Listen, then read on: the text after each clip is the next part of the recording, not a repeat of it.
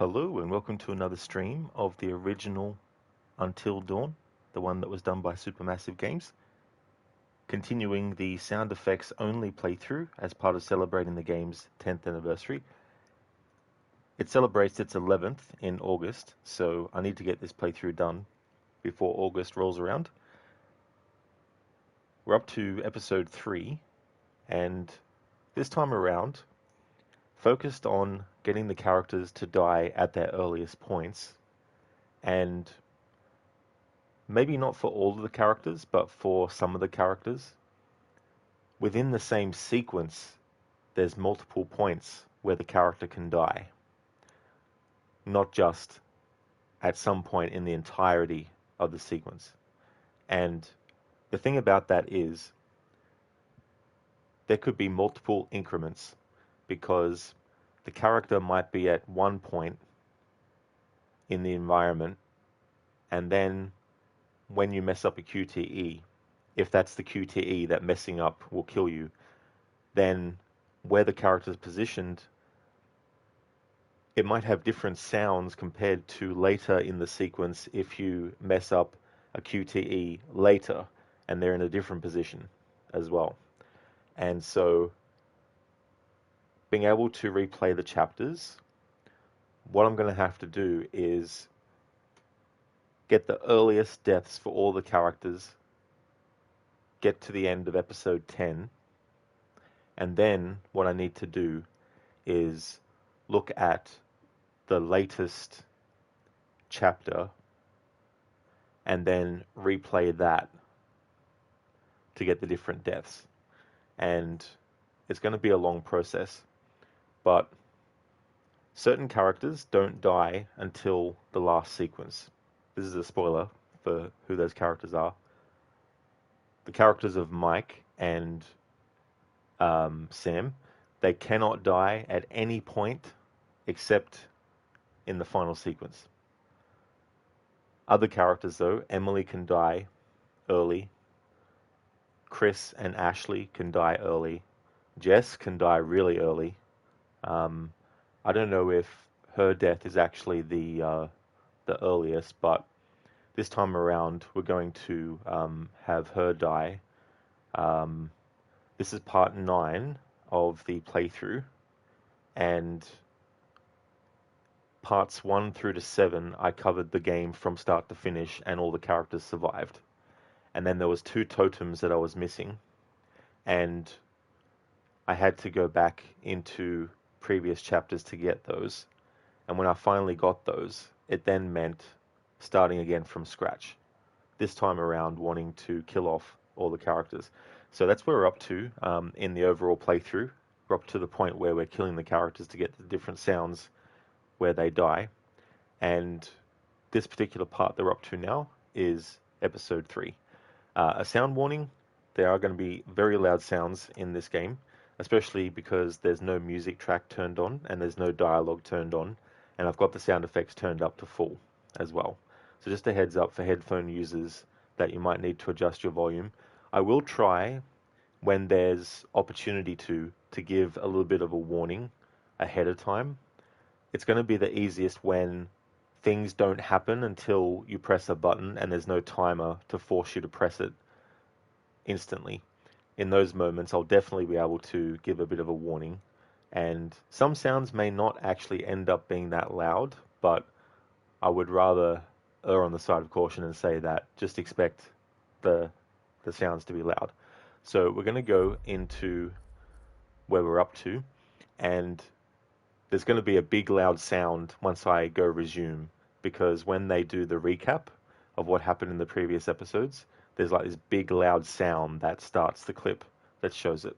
So just a heads up that that's about to happen.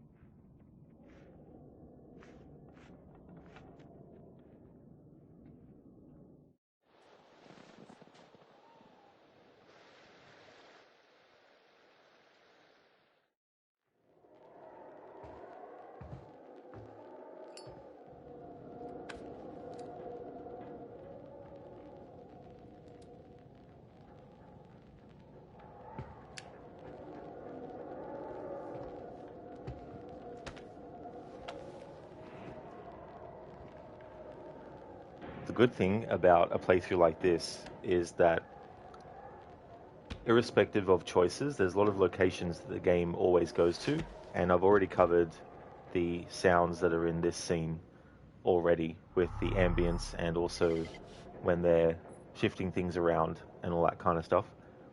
When there is something that is different, though, I won't be talking over it. So the first time around in this playthrough, we chose the serious choice. This time around, I'm going to choose flippant.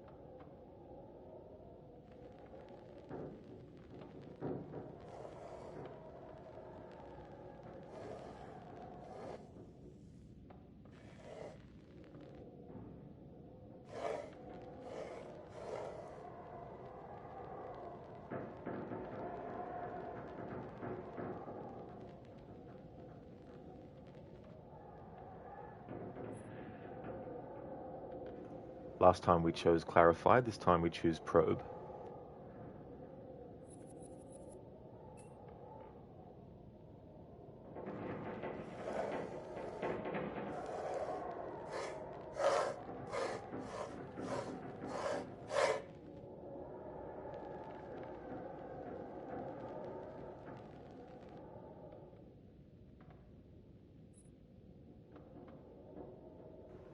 Okay, so the first time around, we chose serious, and then we chose clarify. But this time around, because we chose probe the previous time, it then means that another couple of choices pop up between probe and clarify. So I'm going to go with probe again.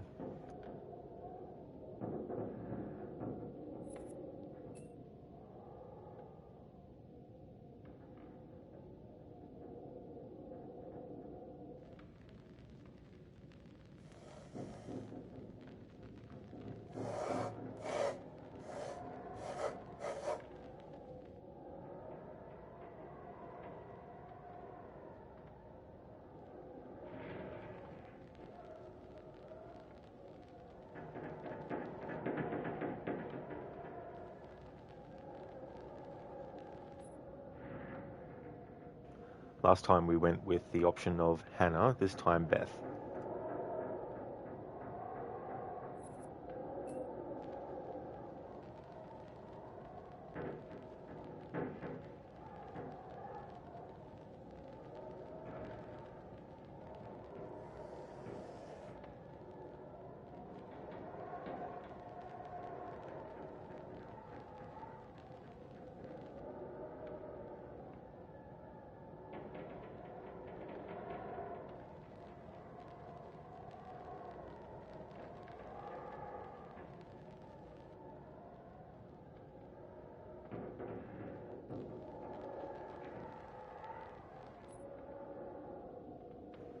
Last time we chose apologize, this time we're going to choose probe.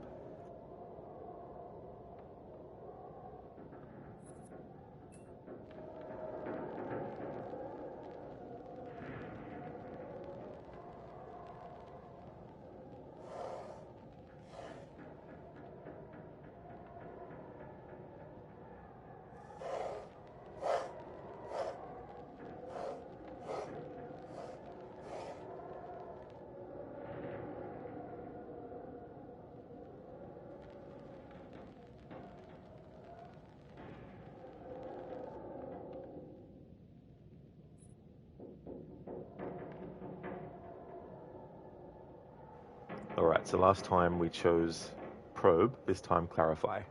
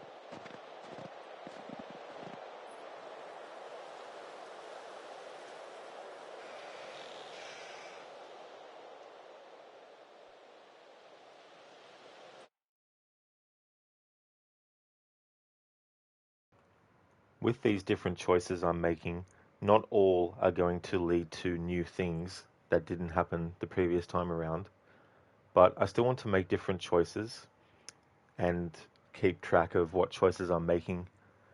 I'm separating this playthrough into passes. So we've already done the first pass.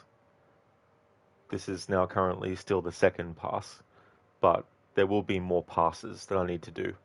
So I'm keeping track not only of the choices I made in the first pass, but now also the second one that we're doing as well. Hey there, Spectrum. It's going well, thank you. Things are good today. Hope things are going well.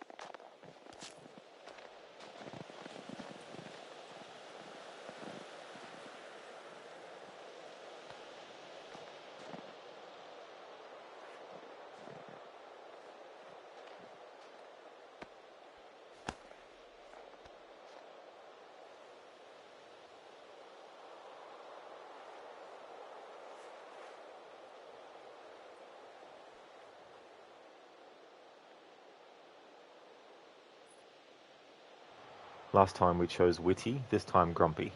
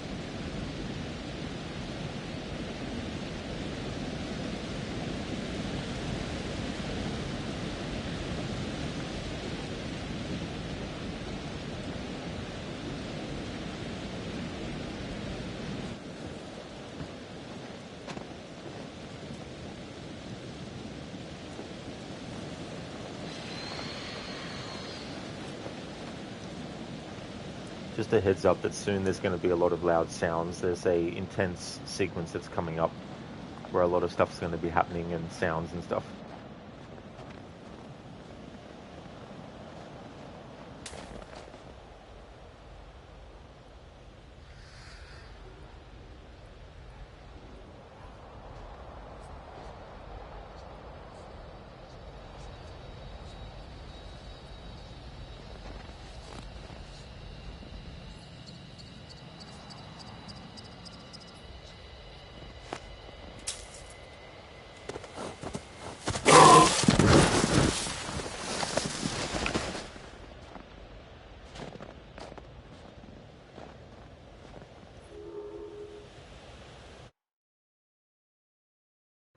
because there were new sounds related to it, I didn't want to speak over it, but last time we didn't throw the snowball. This time I wanted to get the sounds.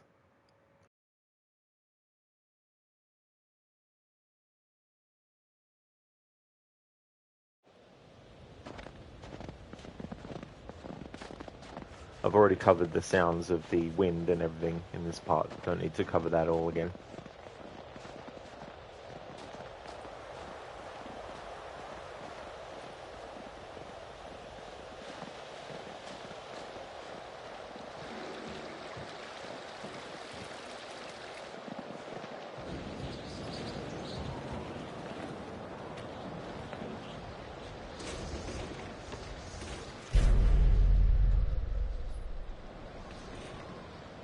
Alright, so last time we just showed the mask to Jess, but this time we're going to scare.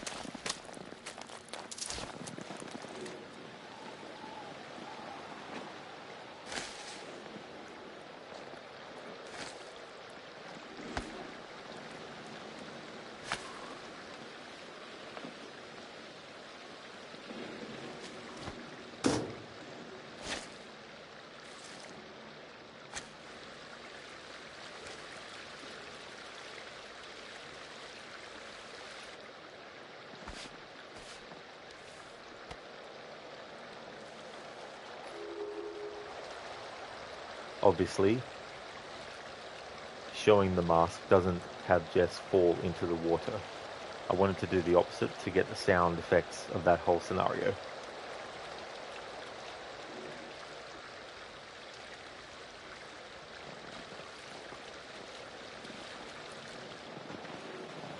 Alright, so we're going to have the intense sequence I was talking about coming up soon, and there's going to be some things I need to do again in terms of like which path I take, but this time around actually fail the QTEs.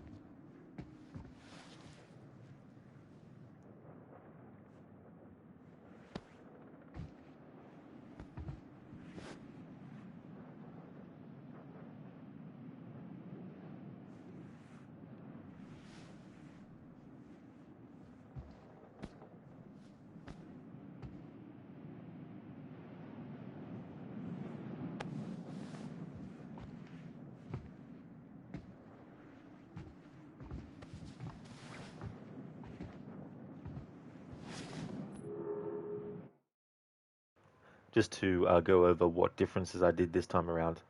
So previously, when it came to that whole sequence with the deer and then the running, in the previous pass, I did comfort the deer.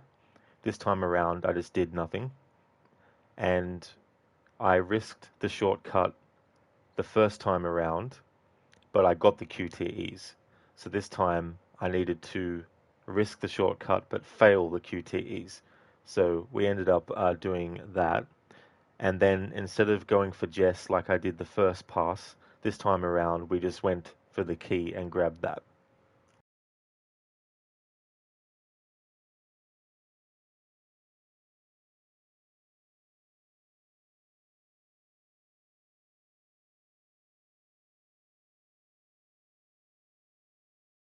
So first time around, we grabbed the gun and then we just showed the gun to Jess. This time around, we're going to have a different choice and we're going to choose, I think the other option is to scare.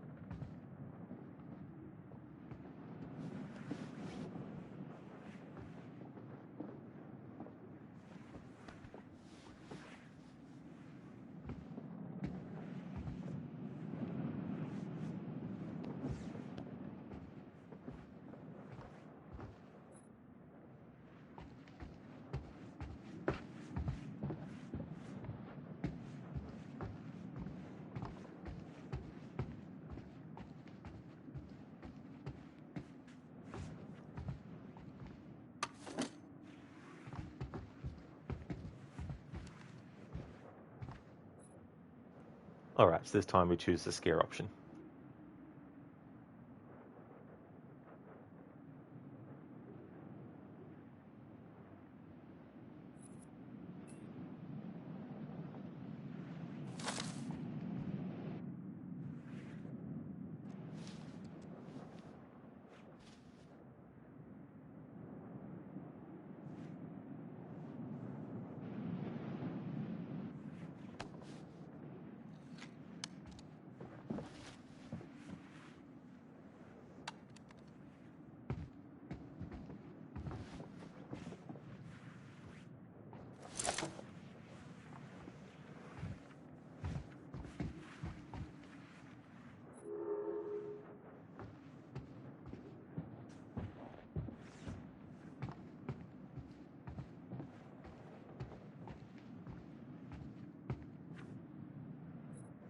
Already covered what the sounds of the matchbox sounds like.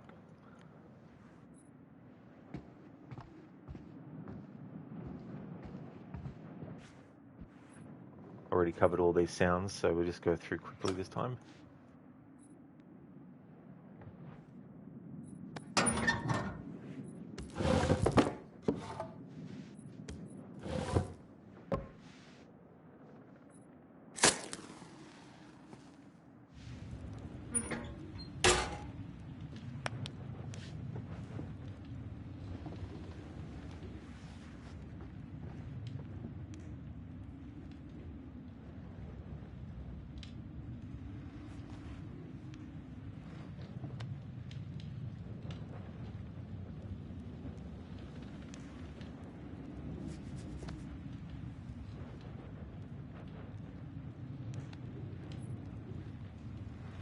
Okay, so last time we chose reassure, this time we choose the seduce option.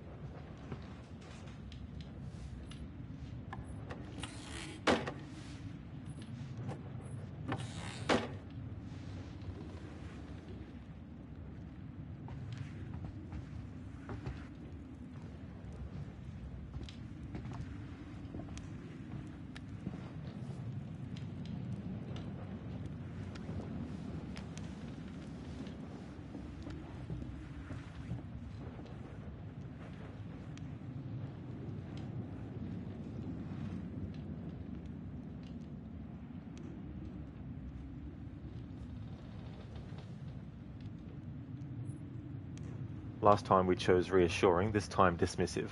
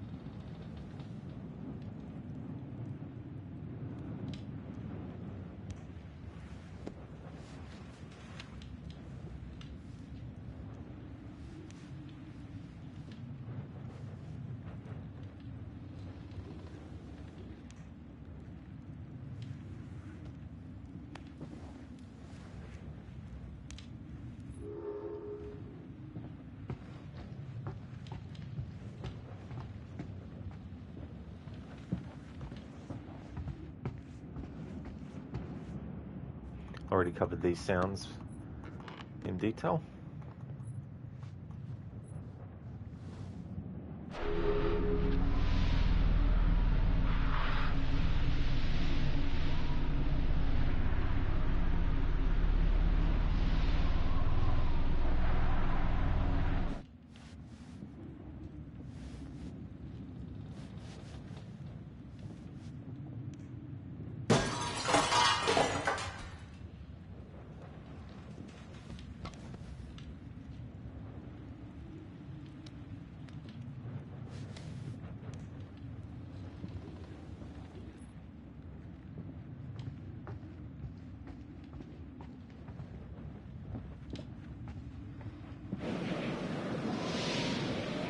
Already covered these sounds.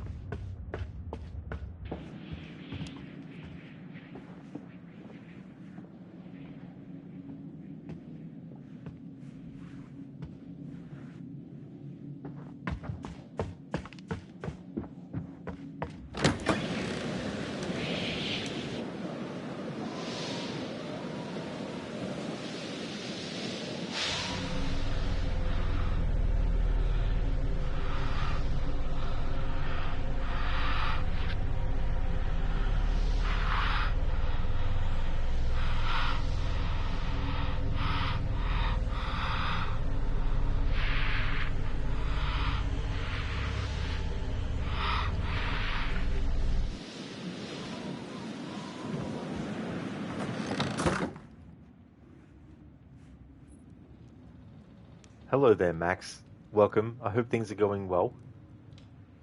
So this part here is going to be a loud sound, or I think it will be.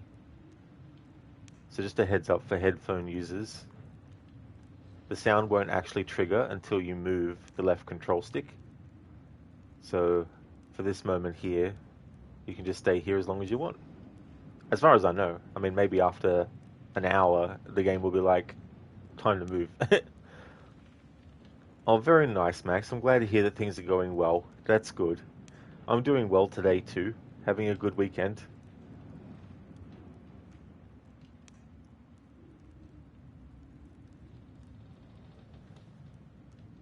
What determines whether Jess actually lives or dies in the next sequence is unrelated to any of the choices that we made prior to this point in regards to Mike and Jess.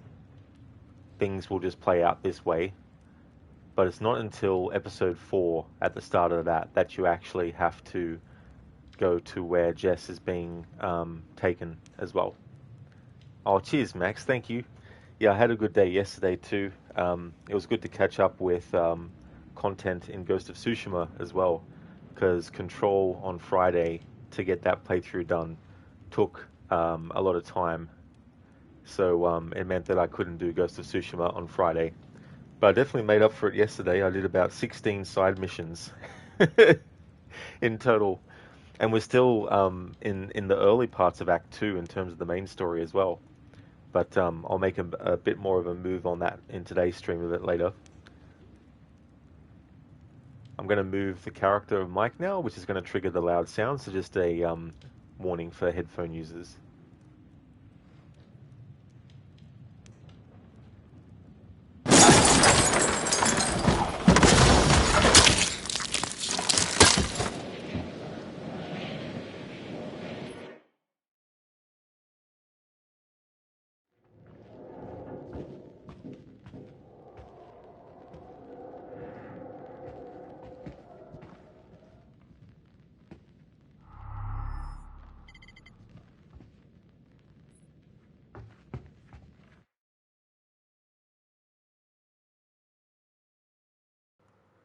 Max, wow, that was cool. You could make a lot of it up yesterday.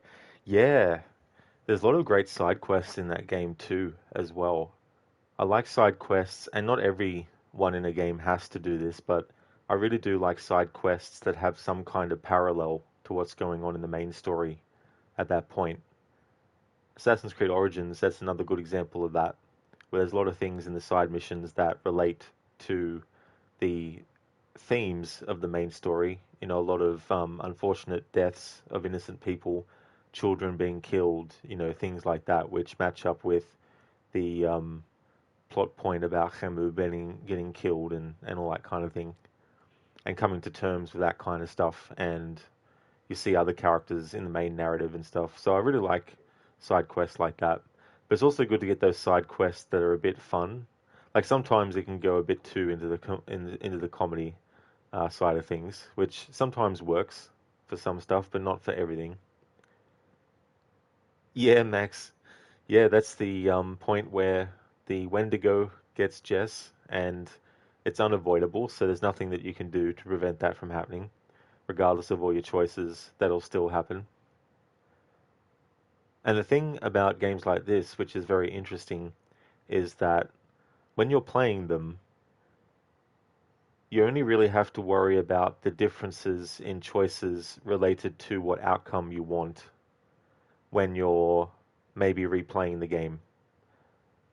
But for the first time playthrough, and not everyone would do this, but if you do it, first time playthroughs, you're naturally going to be choosing certain things, and sometimes the game might make you think that the decision you need to make and the one that you do make is the right one. And it might be at the time, but it could have repercussions later in the story to that character, or a character that was actually with them, or even a character that wasn't even there, and create these ripple effects and all that kind of stuff. And so when it comes to games like this, because there's so many different choices, there can be like really tiny choices that might seem they don't matter, but they actually could have a big, significant difference later on. Max, thank you very, very much, dude, for the 95 stream streak. Hype indeed. Thank you very, very much for that, dude.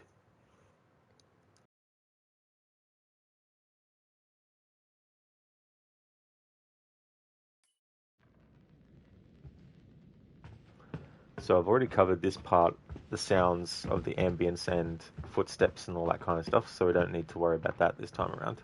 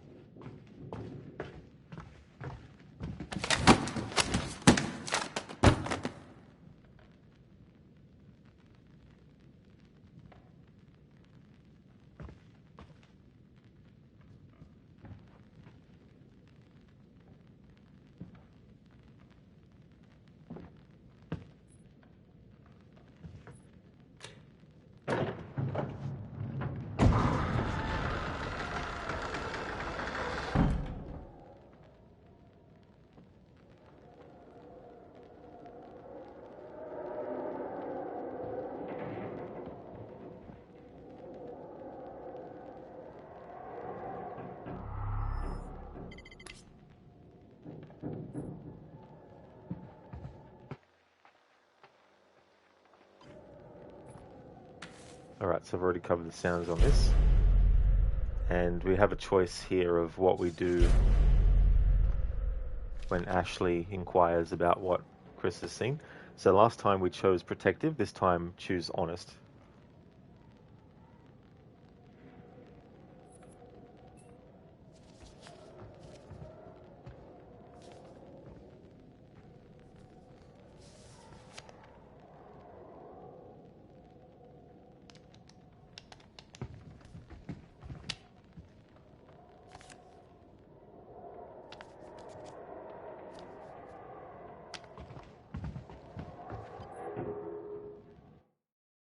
Not something that makes an overall difference, but if Chris doesn't actually show Ashley that piece of paper, then the sounds of the paper wrinkling and all that kind of stuff might not have played.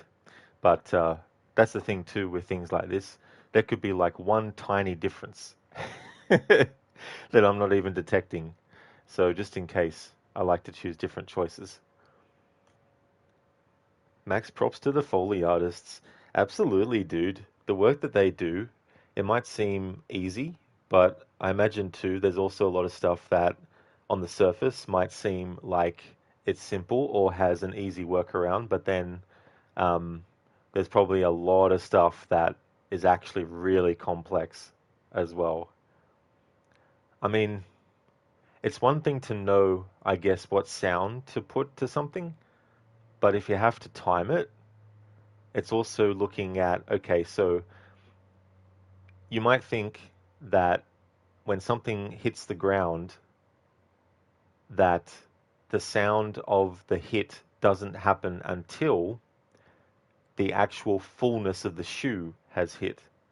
But there can be subtle differences, I imagine, in the initial impact versus how the shoe falls, because if you're going to drop a shoe on its toe, it might land on its toe, but if it does land on its toe, it's not going to just stay on its toe. It's going to, settle down and drop and then do this sort of like combination of sounds.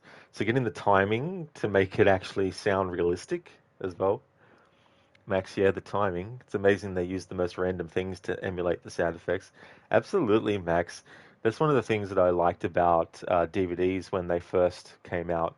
Um, Laserdisc also had this too, of course, but I didn't have that.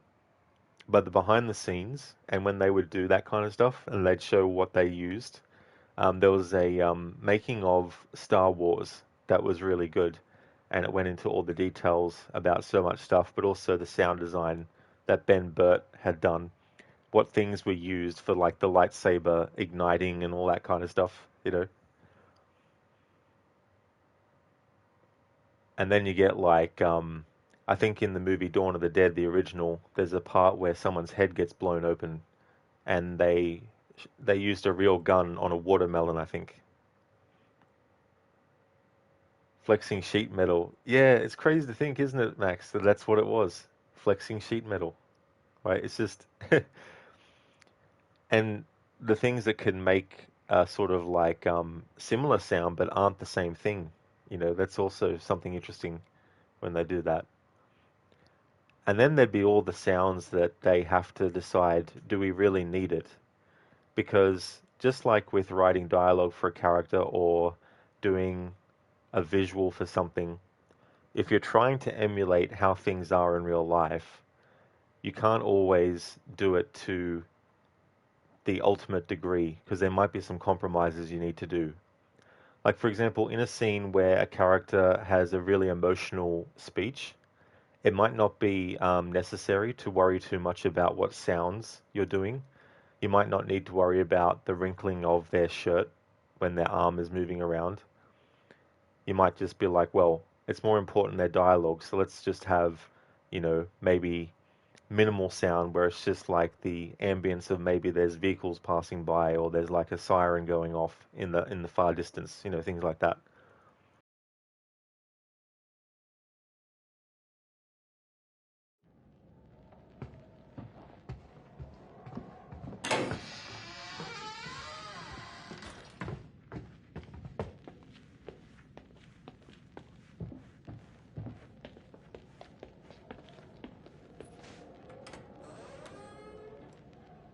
I can go through these parts a bit quicker this time around because we've already covered the ambient sounds of footsteps from wooden floor to carpeted on wooden floor and all that kind of stuff.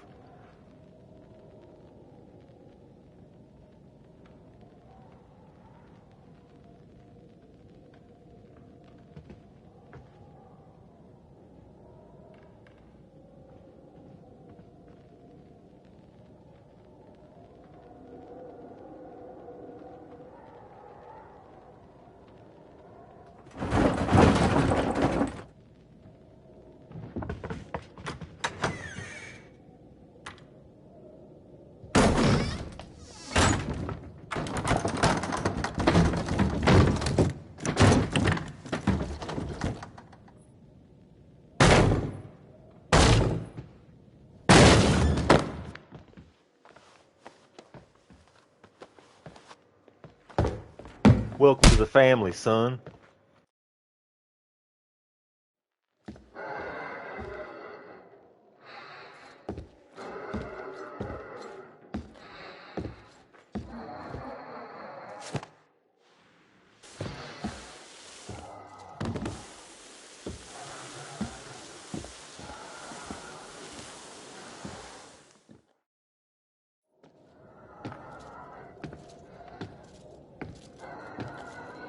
Max, is definitely art. It really, really is. And so much too to cover as well. Like probably thousands of sound files individually that then have to be layered into everything.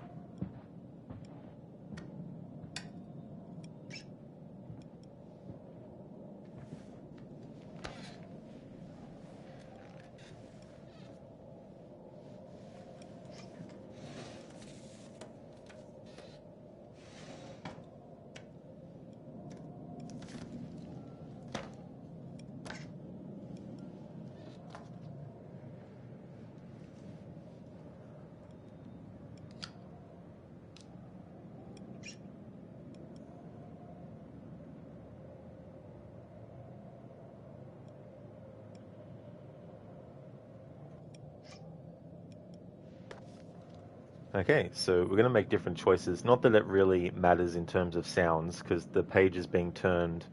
There's not going to be any difference in that and all that kind of stuff. But just to keep things different and also cover maybe some little differences here and there. Last time we chose Sam, this time Josh.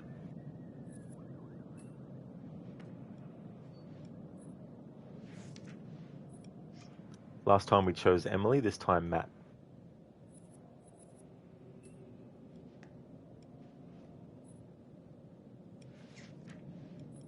Last time Chris, this time Ashley.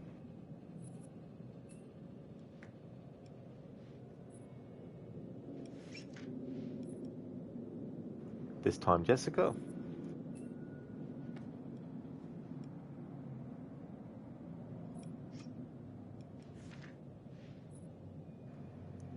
Okay, so what's interesting is they've now changed the two options because I've made different choices. So initially, I chose Sam first, then Emily, and then Chris, and then Mike, which then led to a choice between someone else and Josh. But now, in choosing Josh, then Matt, then Ashley, then Jessica, we now have a choice between Sam and Emily. So for this pass, I'm just going to go with the left side, so we'll go with Sam.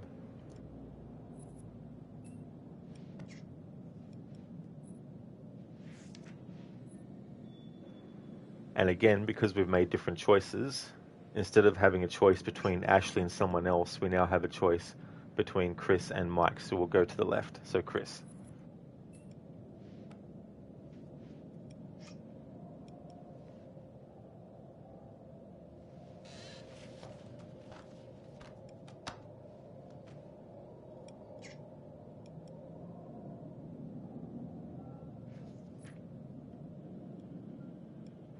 Okay, so now we have to choose who the dislikes are. All right, so let me see. Last time I chose Matt, but this time around we don't have Matt or someone else has a choice, so we'll go with Emily.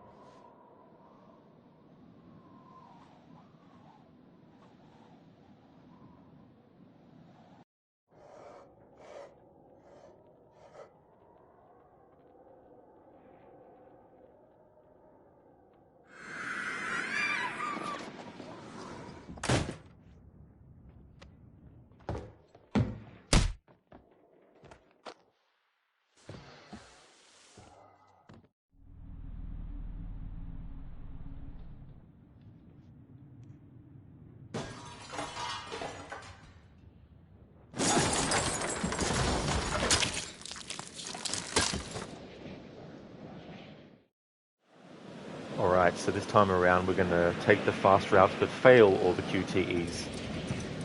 Because this time around, unfortunately, Jess is going to be dying.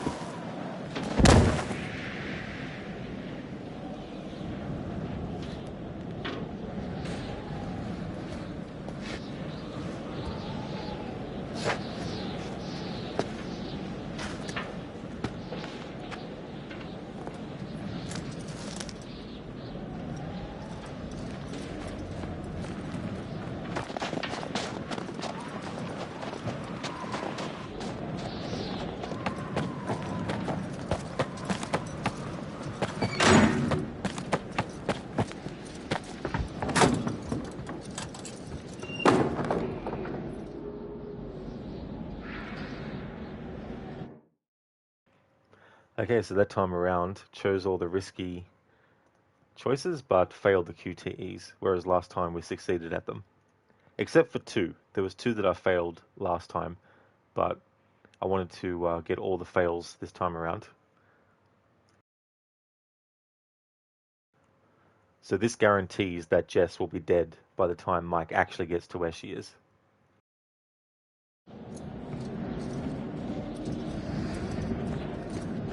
All the sounds will be here the same as I've covered before, but I'm going to not talk over it because there'll probably be some differences considering Jess is dying this time around.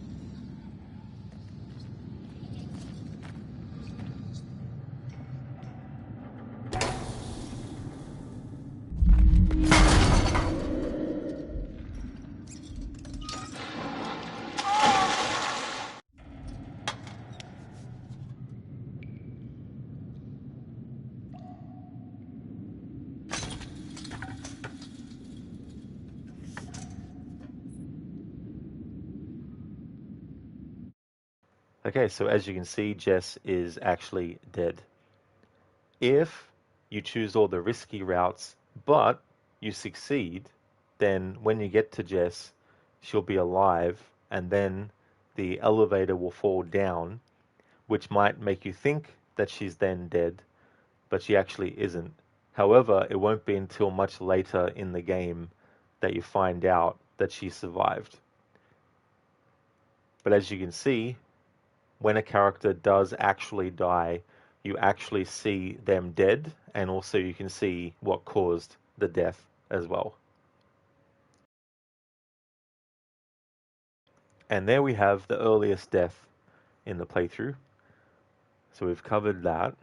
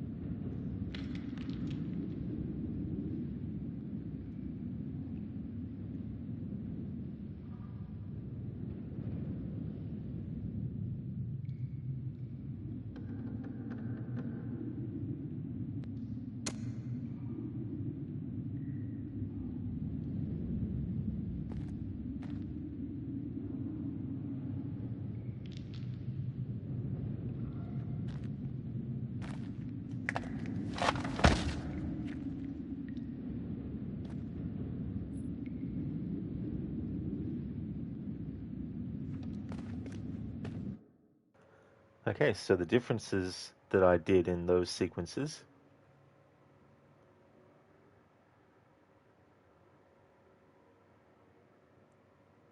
So we failed all the QTEs this time around, except for the ones where failing them just ends up being a loop until you get them done. Excluding that, the other QTEs we failed. When it came time to shoot or not, in both cases we chose to shoot. The second time, of course, choosing to shoot, Mike runs out of bullets. But I still chose that anyway, and failed that QTE when Mike was jumping from the wall he was climbing to the ledge, which then meant that door closed in on him. And so now we're up to the point where he's going through the caves.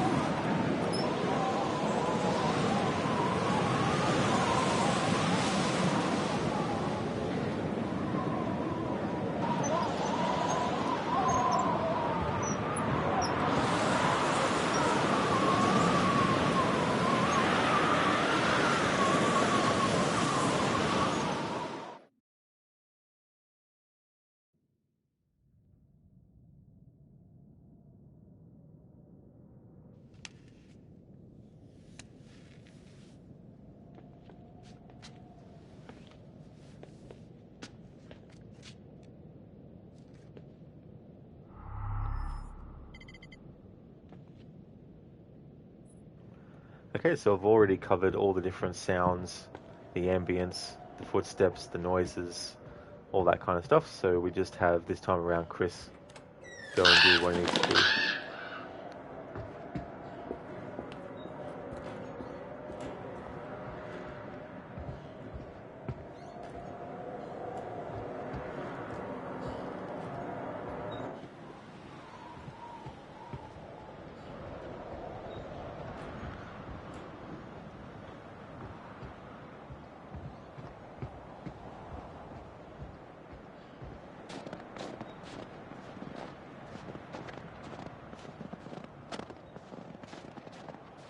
Because we chose Scarecrow mainly in the Dr. Hill segments, it means that instead of seeing mannequins and stuff with a clown mask on, we see them with a Scarecrow mask. I forgot to mention that the last time we saw Dr. Hill's office.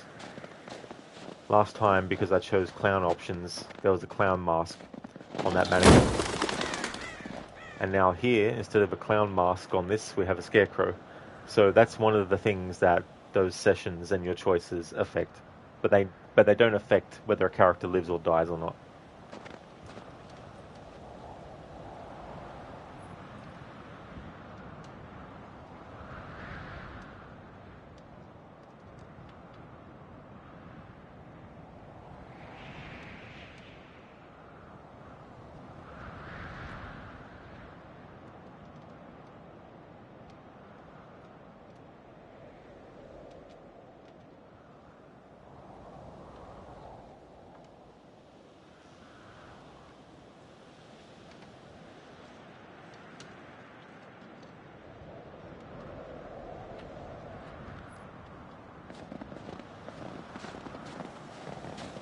Doesn't have any sound difference, but just wanted to show it.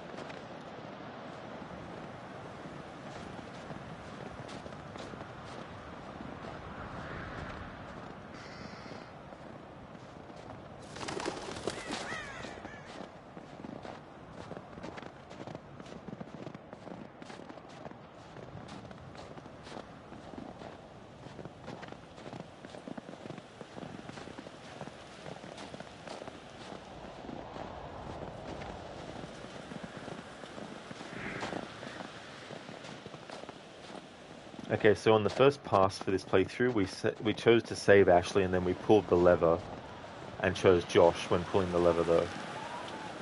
But this time we're going to choose save Josh.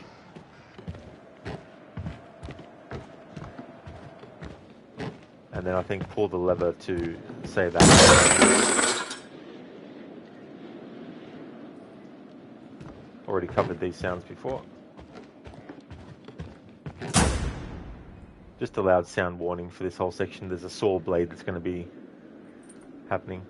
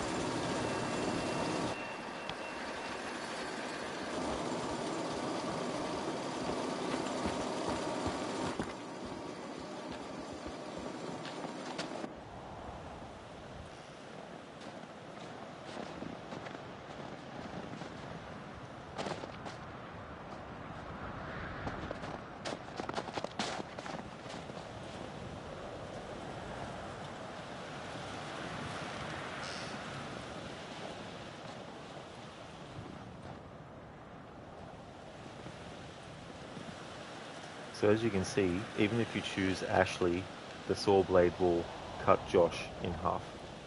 Spoiler alert, just in case anyone hasn't played this game before. I don't know how many differences in the remake there might be, but in any case, Josh is fine. His parents are actually filmmakers. They make horror movies. And so he's got a lot of materials and stuff. And most likely he would have gone on their film sets and seen how things were done and all that kind of stuff. And so basically he set up a fake lower half. The top half was him, but the lower half was a dummy made up with pig intestines and everything used to simulate his own supposed guts and stuff. It's all part of his elaborate prank.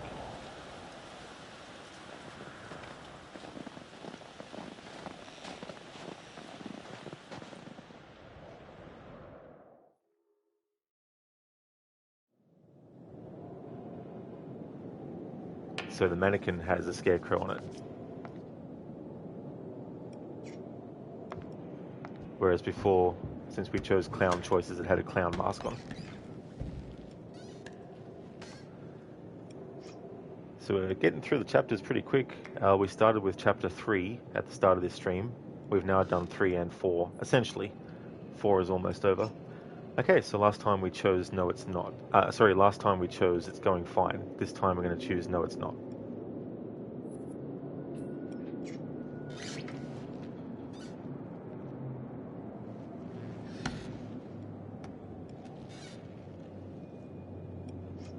Last time we chose what do you want. This time we're going to choose who are you.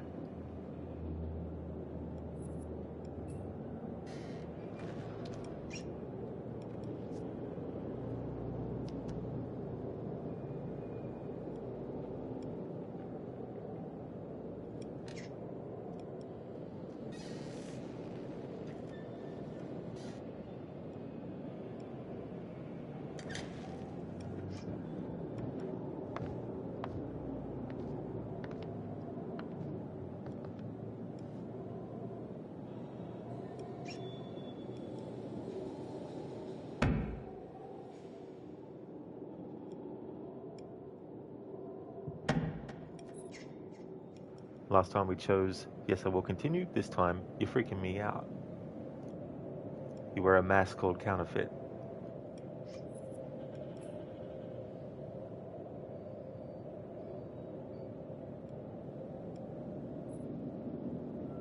Last time we chose, you're real. This time we're going to choose, you don't exist.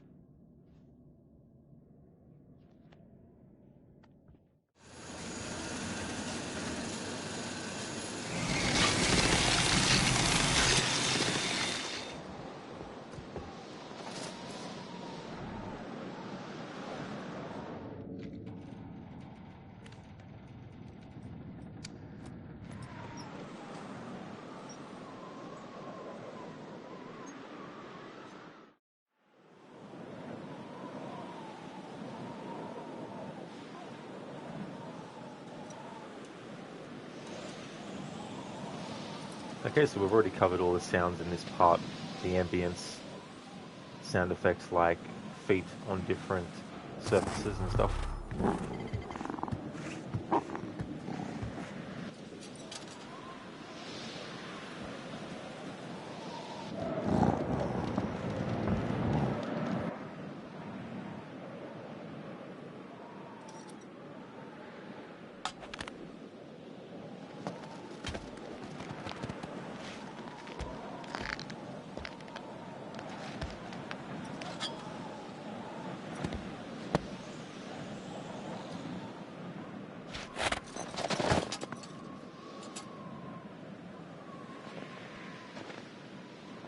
Okay, so this time around, we're going to hit the wolf, and we're not going to give the bone to the wolf.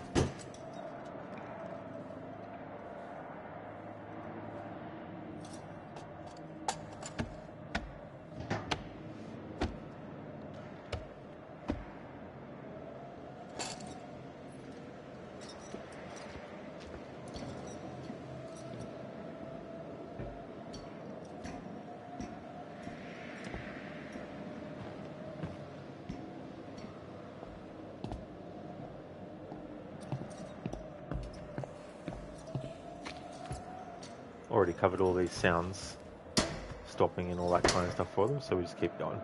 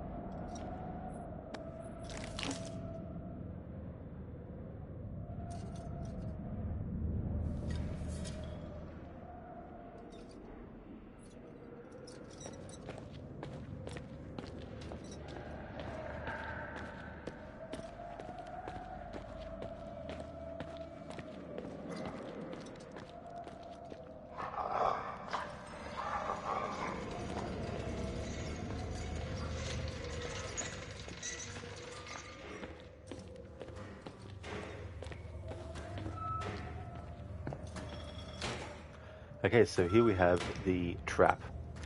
The first time around, we completely ignored it, but this time around, we're going to interact with it, and there's two choices that you can make when his hand gets trapped.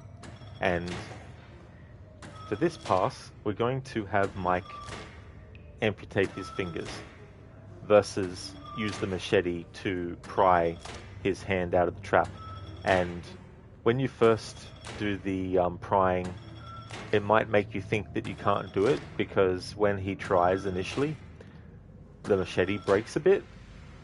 But to actually get his fingers free, you have to keep on choosing the option to open the trap, and gradually the machete will lose more of its blade until the final part where he'll finally get the trap open, but you'll lose use of the machete. So for this pass through, we're going to go with the amputate fingers option. So this will be sounds that we haven't covered in this playthrough yet. So I'm going to cover them and potentially stop and wait for a bit too, for any sounds that come about because of that.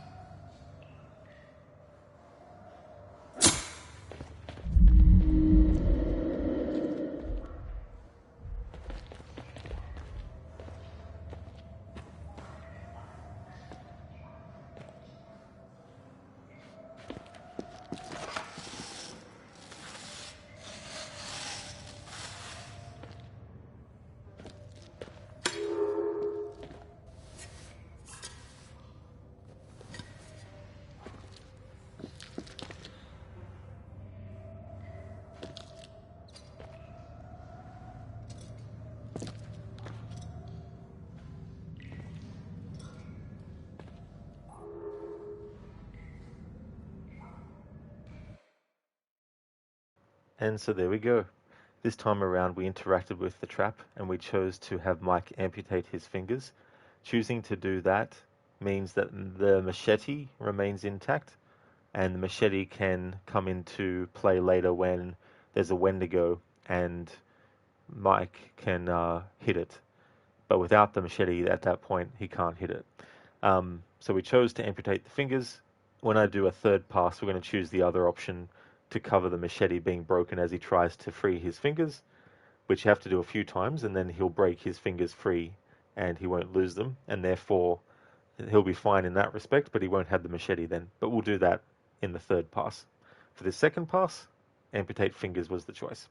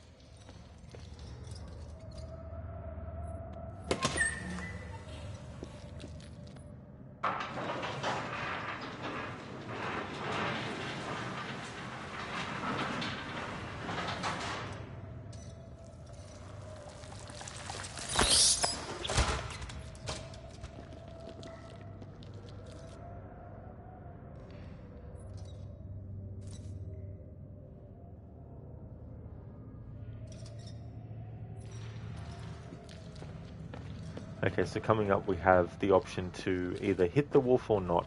Last time I chose not to, this time we have to choose the opposite.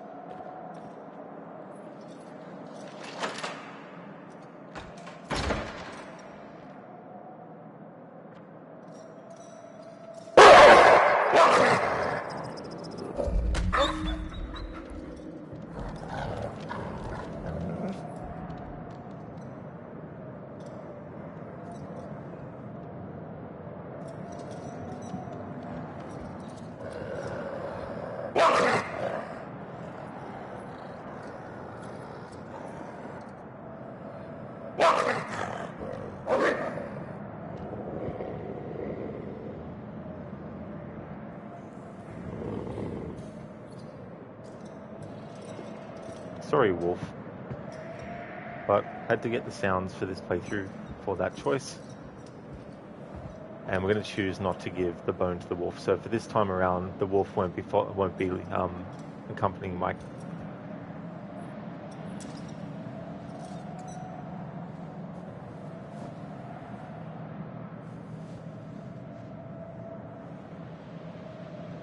Already covered these sounds.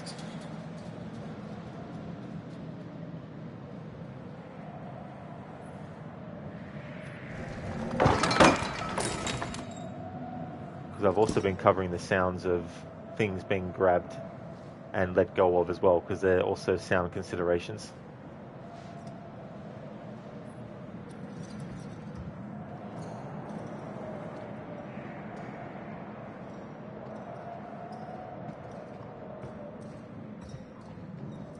Okay, so this is a heads up for a loud sound warning.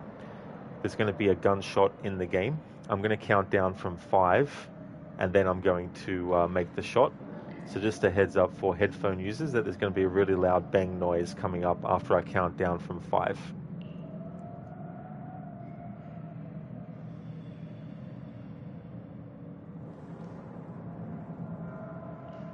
5, 4, 3, 2, 1.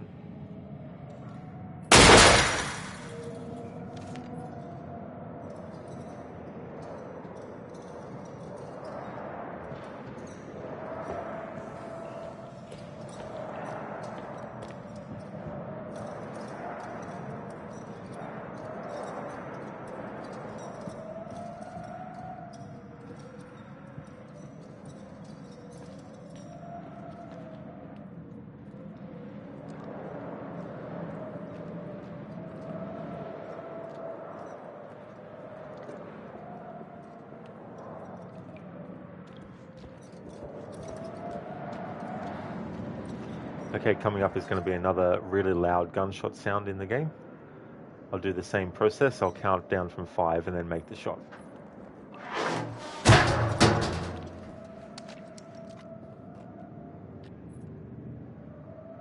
Alright, starting the countdown from 5 now. 5, 4, 3, 2, 1.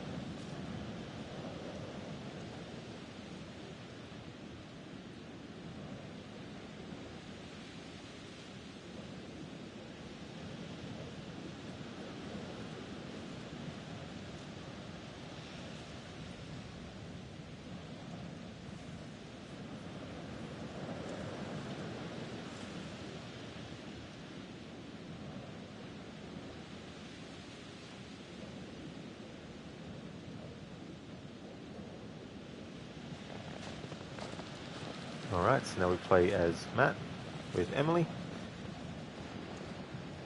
There will be a choice to make different that will have different sounds. There's a choice to have Emily go through the window or to use the axe to break the door down.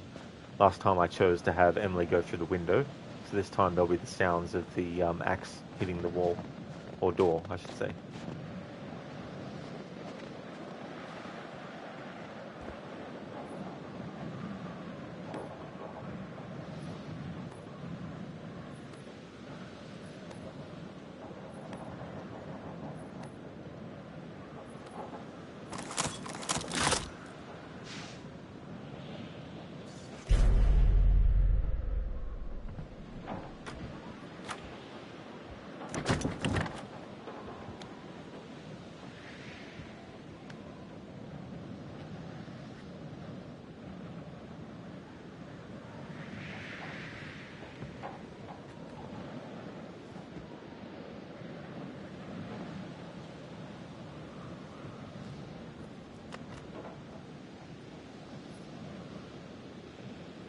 Alright, this time we're going to choose the smash door option.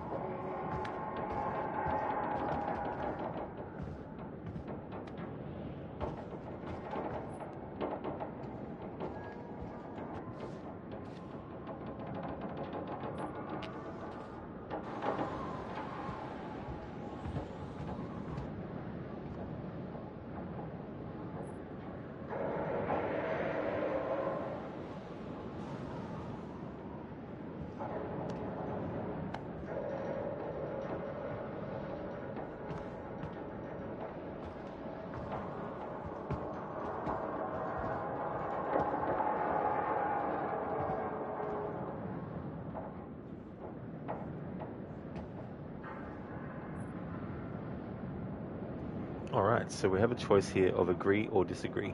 Last time I chose agree. This time we're going to choose don't agree. This choice might seem like it only has a difference in dialogue as a result, but it also does play a part in the flare gun coming up later when Matt and Emily reach the radio tower. And I think from memory, if you choose agree, and then Emily finds a flare gun and gives the flare gun to Matt, Matt will fire it off straight away. Which means if Matt later on is down in the mines, he won't have the flare gun to use against the Wendigo and he'll die from the Wendigo. This time around, we're going to choose disagree. In this pass-through, Matt's going to die much earlier than that point anyway, but I still want to make the disagree choice here. And then when we get the flare gun as Emily, we're going to make sure that we fire it off as Emily, because you get that option as well.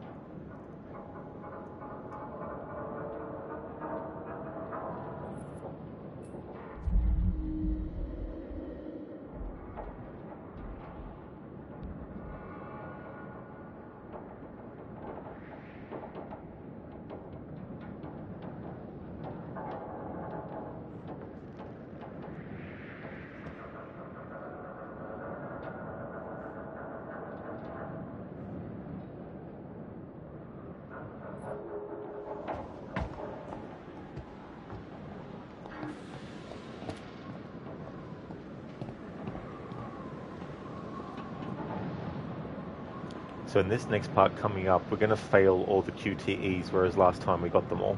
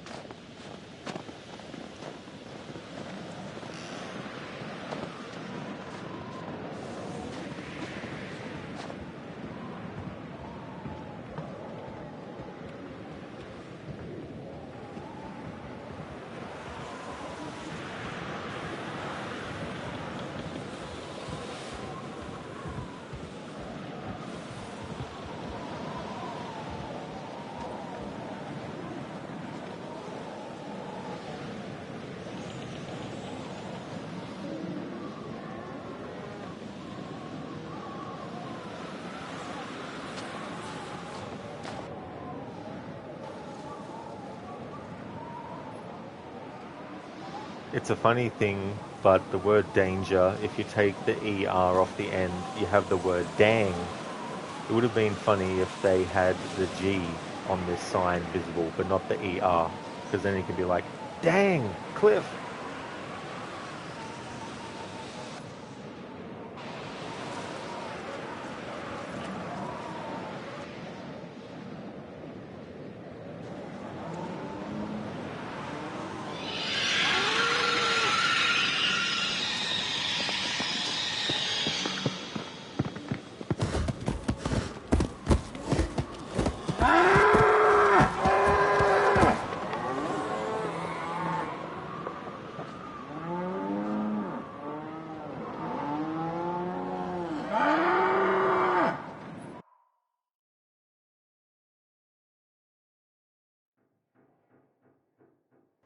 Alright, so we have this sequence with Sam where she gets chased by the psycho, and I made certain choices the previous time around.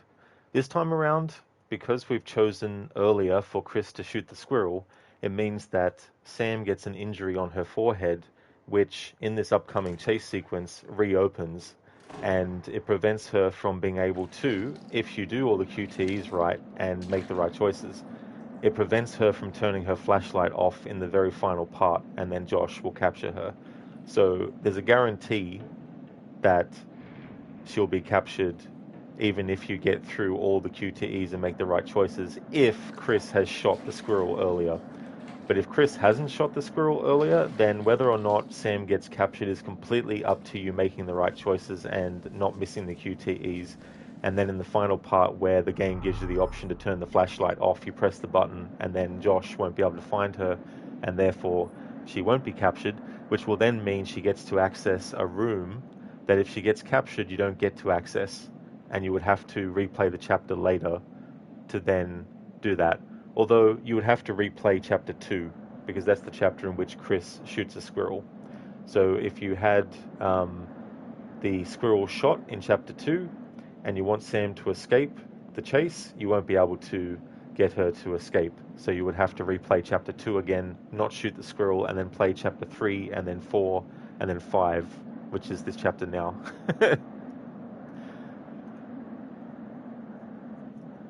So we've already covered all the ambient sounds and all that kind of stuff, with Sam just standing still and stuff. There's going to be a lot of stuff happening, so I won't have the opportunity as things are going on to actually talk about what I chose differently last time around. But I've already plotted out what I need to choose this time around that's different.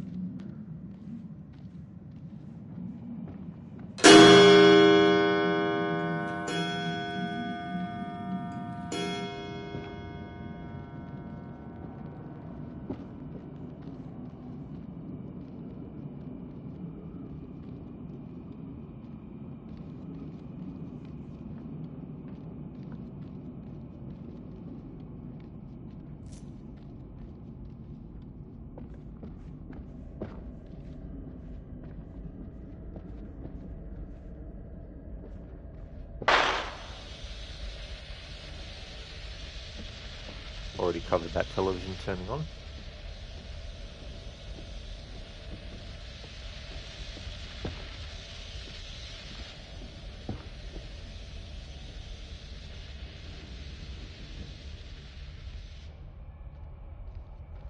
So the trigger point for this next part is all the way down to the bottom of the stairs.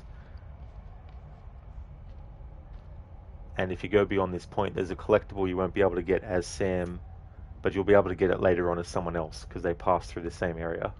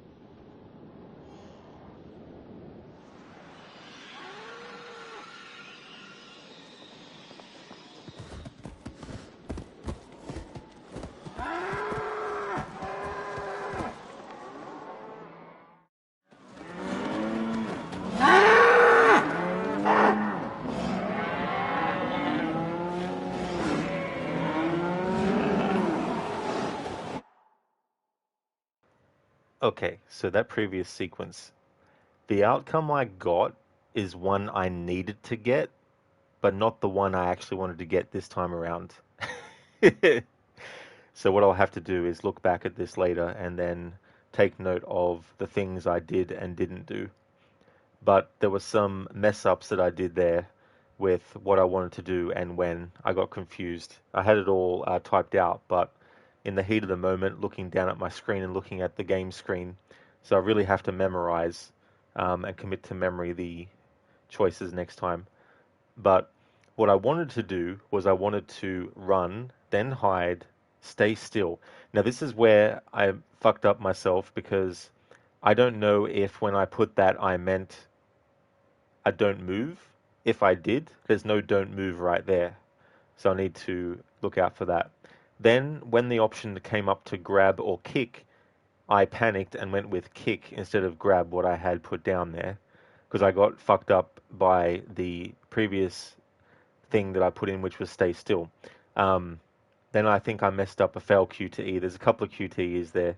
There was a don't move that didn't actually trigger, which is what put me off again because I chose hide, but the don't move didn't happen. So maybe in my notes I thought it was a don't move, but it was just basically like, do the QTE and then stay and hit Josh. Um, Towards the end there, I thought I had fucked up, and so I wasn't prepared for the prompt to hit Josh because I thought that it wouldn't turn up, and then it did turn up. So as I said, it's an outcome and a set of choices that I did have to actually cover in this playthrough, but I didn't want to cover it right now. I wanted to cover it at a later point. But we just have to replay that in a future pass through and then hope I can actually get the outcome that I wanted this time around. So this part here that we're up to now in chapter 6 with the calm versus the rebuke and all that kind of stuff, in this part, this is the earliest point where Matt can actually die. Now this is another tricky part, and I might actually fail in doing the exact things that I want to do. But if I do, then just like that sequence with Sam, it's something that I need to cover anyway, but don't want to cover later. But if I have to, then I will. So what we're going to do here is we're going to choose Rebuke, Emily, and then instead of just leaving the animals be, which is what you do if you want Matt to survive this scenario, we're instead going to attack. Now what happens then is Matt basically gets knocked off the edge, but that doesn't mean instant death. You still have an opportunity to get him to climb back up and survive the scenario. But there's a few different things as part of that whole sequence in trying to get him to safety. But what I need to do this time around is have him die. Now there's multiple different parts in this sequence where he can die. The sequence that I'm trying to get is grab ledge, then press triangle, then square, then triangle, then choose climb to top, then press square, then triangle, then circle, then triangle, then choose leap, then press square, then press triangle. Now, there's a part here where I don't grab Emily's hand, but I need to be aware of when that actually happens versus not. If I do all the QTEs right, I need to make sure that the final one is done incorrectly. So as long as I do all of them except for the one where it's clear that Emily's hand is outreached for Matt to grab, I'll have to fail that one. So that's what I'm going to try and go for this time around. But ultimately, if I don't get that sequence, as long as Matt still ends up dying at this point, then that actually works for this pass-through. But there's multiple different points through this scenario where he can actually die, so I want to make sure I'm covering all the different permutations of it in this sound effects only playthrough.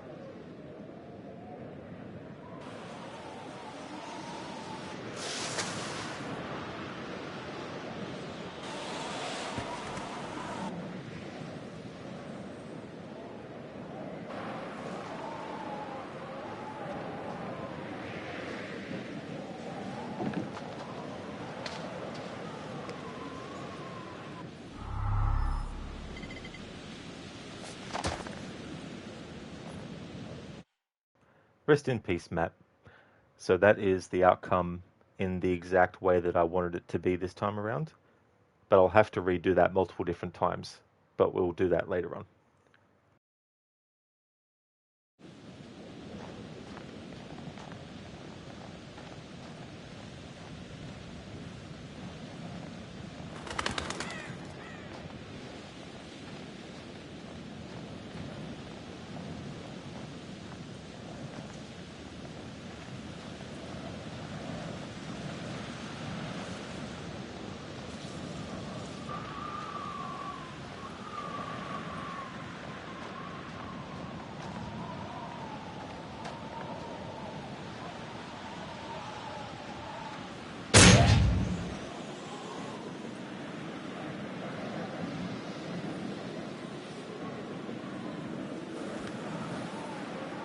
I've already covered all the sounds in this part by standing still and all that kind of stuff.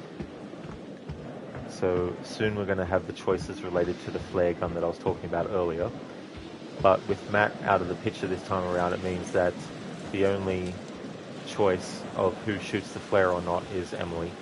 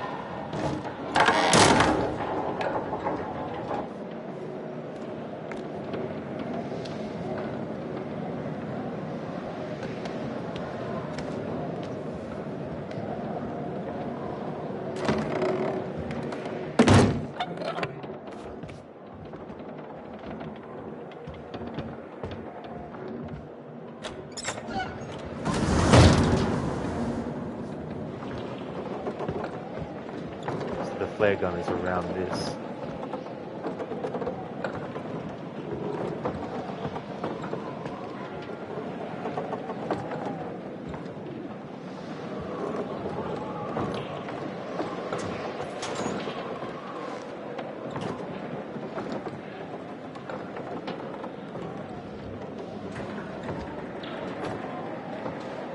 Alright, so we have the option here as Emily to either shoot it or stow it. If you want Emily to not get bitten by the Wendigo, surviving the chase sequence later with the Wendigo, you need to make sure that if you choose to keep the flare as Emily, you don't shoot it.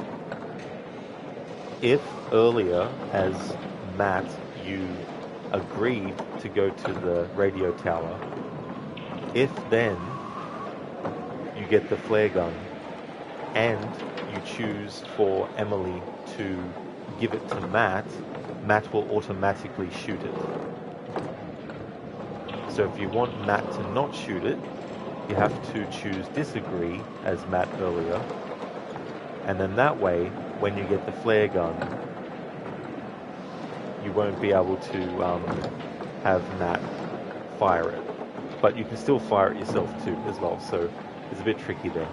But for this pass through, last time we got the flare, we kept it, we didn't fire it, and we did the QTE. So this time around we get the flare, which we've gotten. Now we have to shoot it and cover the sound effects for that. So I'm going to cover that without talking over it, of course. But that's coming up in a moment.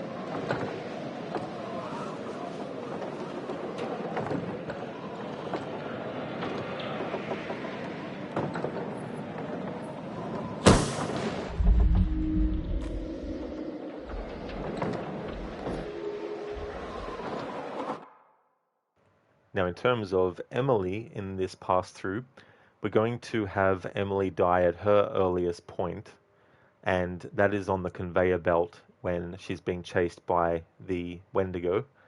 Although it might not be explicitly on the conveyor belt alone, there might also be some other opportunities in that. So whatever the earliest point where Emily can die in that sequence is what we're going to cover first. So because we've shot the flare gun, it won't matter ultimately anyway, but I still wanted to cover the sound effect of the flare being shot.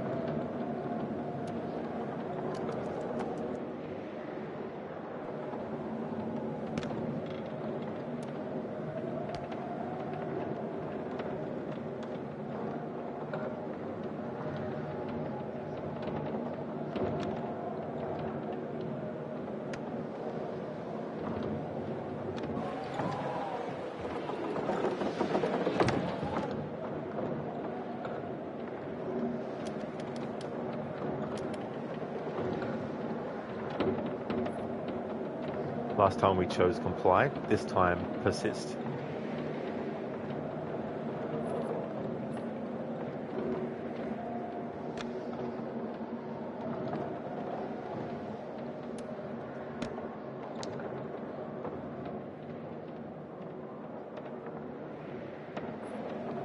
Last time we chose inform, this time persist.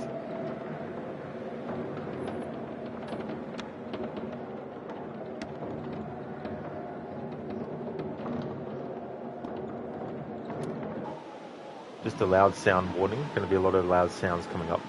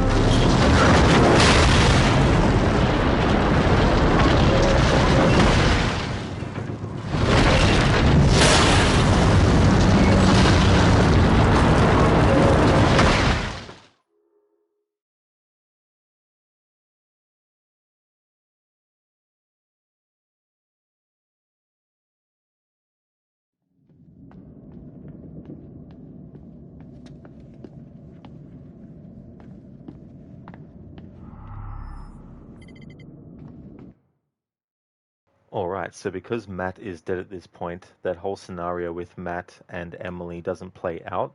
So essentially, Emily is on her own and she just ultimately falls.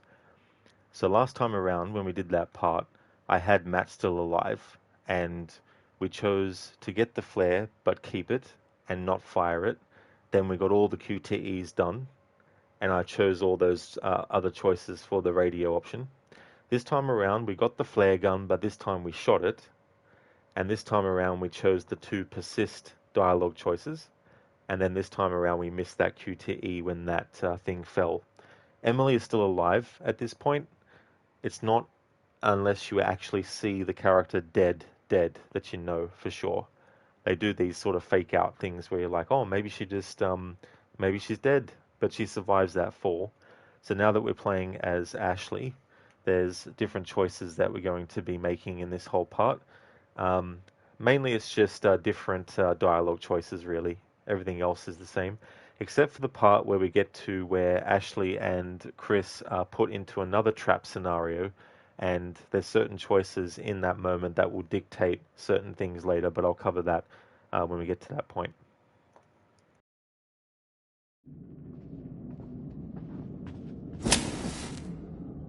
A lot of these sounds I've already covered, so I won't be stopping to let the sounds play out and test all the ambience and Foley, footsteps and stuff.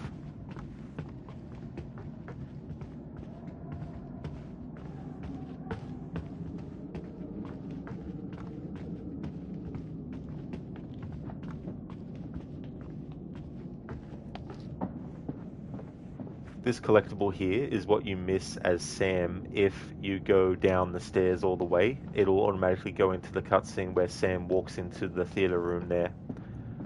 But you get a chance as Ashley to pick this item up.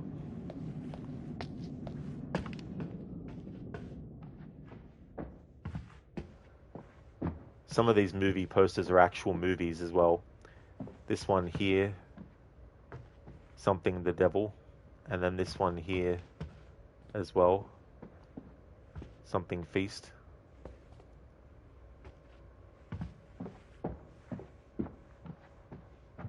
Bitter Feast, and I think Hypothermia is a movie as well. I mean, maybe this one is too over here, but I can't really see what it says.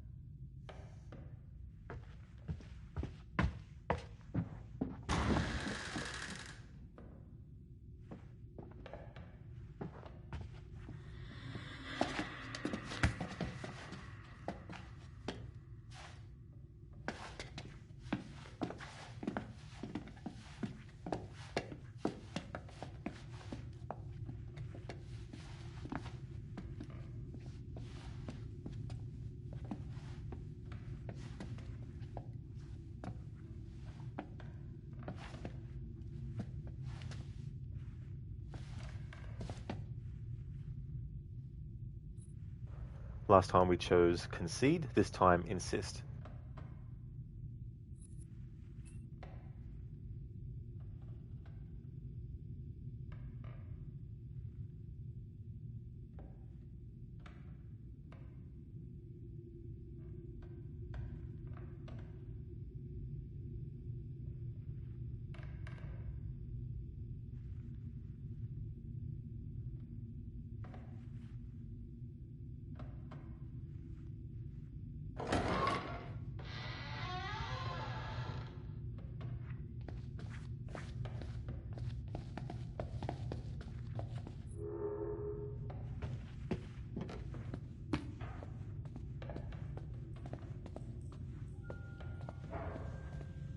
Already covered these sounds.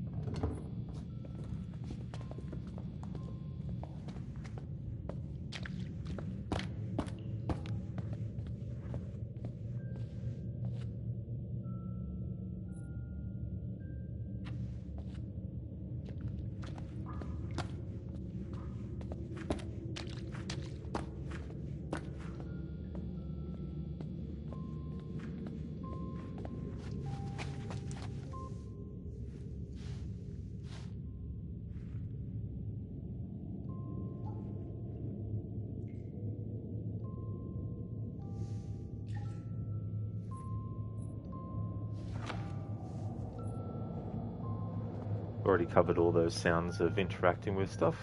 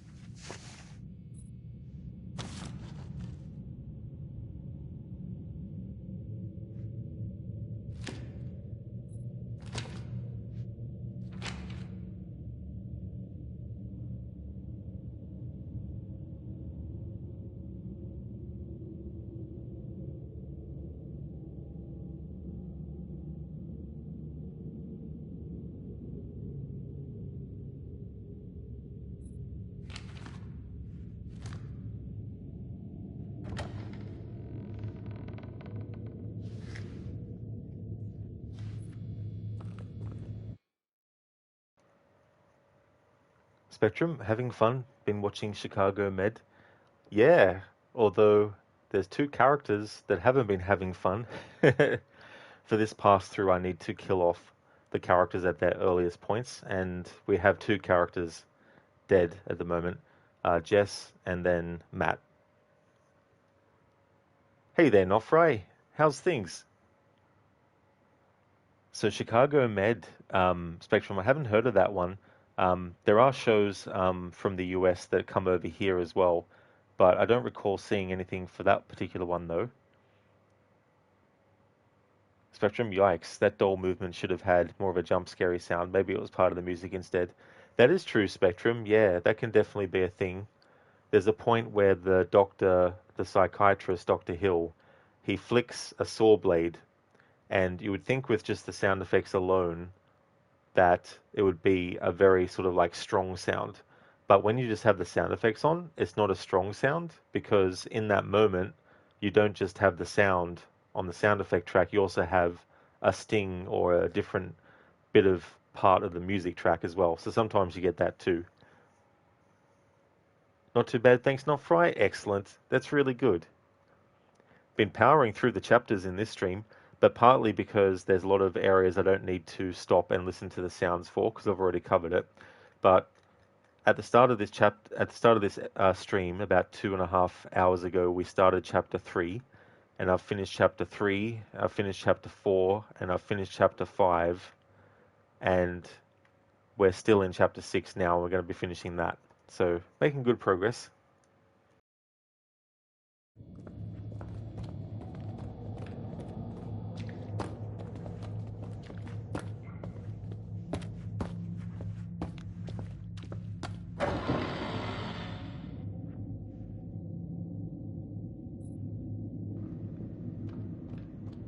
there's also going to be some other loud like sounds coming through in a moment.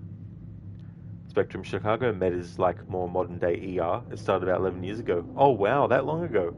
Yeah, because I remember ER being such a big show, and I don't know how long it went for, because sometimes here in Australia they don't show a series until its completion. Sometimes they'll actually stop it at a certain point. So I don't know how many seasons there was for ER, but that's good that you're enjoying it.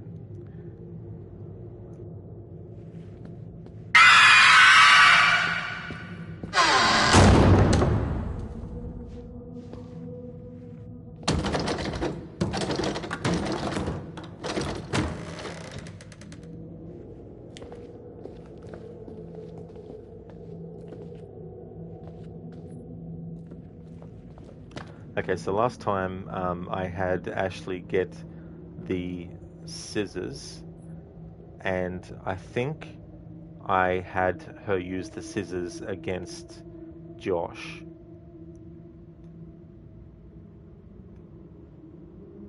But this time around, we're not going to get the scissors at all.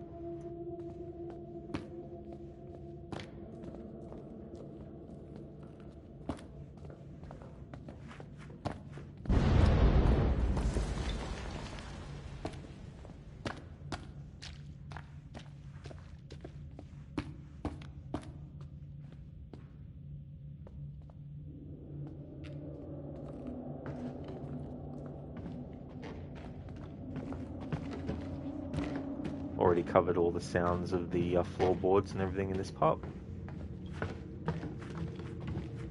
That's the great thing about doing a first pass through where you cover all that kind of stuff, because then as you do other passes and focus on different things, you don't have to stop and listen to all the same stuff over again.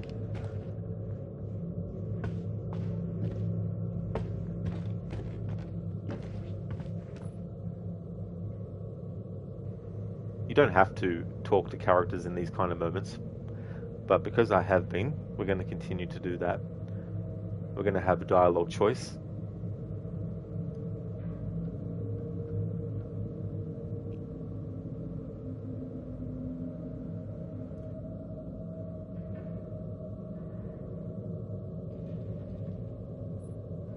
So last time we chose sympathetic, this time dismissive.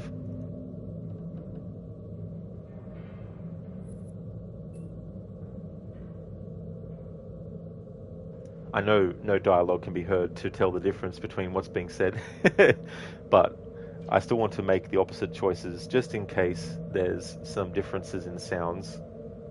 But usually in these conversation parts there isn't.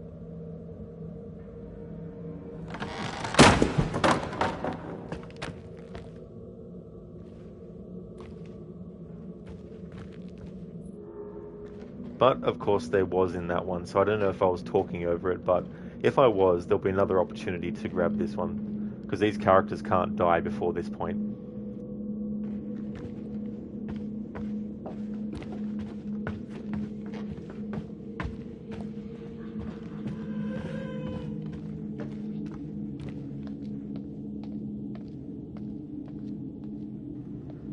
Spectrum ER ran 15 years from 1994 to 2009. Oh wow, so it went that long. Damn. Noah Weil from ER stars in The Pit, a medical show about a Pittsburgh, Pennsylvania ER. It's brand new, only 2 seasons thus far. It's considered the most realistic medical show to date. That'd be the other thing too, which can really make a big point of difference, adding some elements that are more realistic. Because obviously, being a fictional show too, there are going to be moments where the realism has to take a backseat for the particular, story and stuff. But when it comes to doing shows where they are trying to be more realistic, it's a good insight into how things actually operate. Because a lot of people, when they learn about stuff, they're not necessarily learning it from a book or from a documentary that is supposed to be documenting it the way that it is. Sometimes they watch a movie, and so there might be some elements that are the same as real life, but other elements that are not. Which is why I like those videos where they get an expert to react to movie scenes or video game scenes, and they go through what things are actually realistic.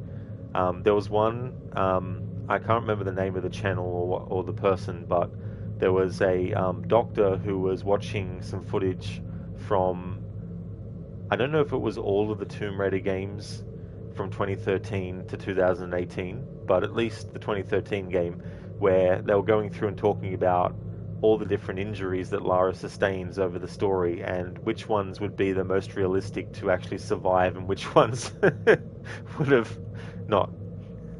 Oh, okay, Spectrum, so it's pronounced Wiley. Oh, there we go. So it's Noah Wiley. Cool.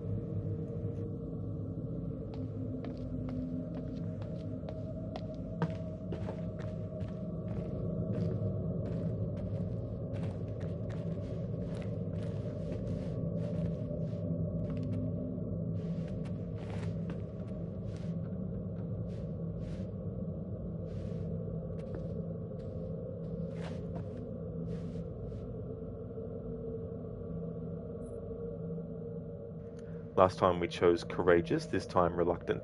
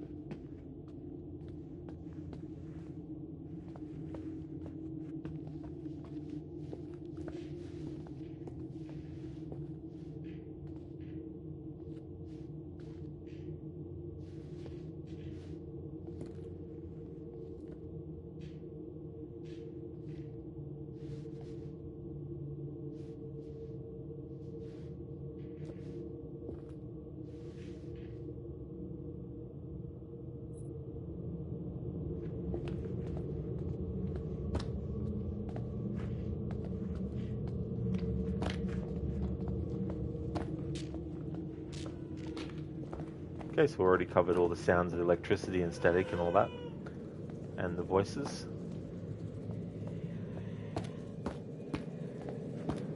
So this part will go a lot quicker.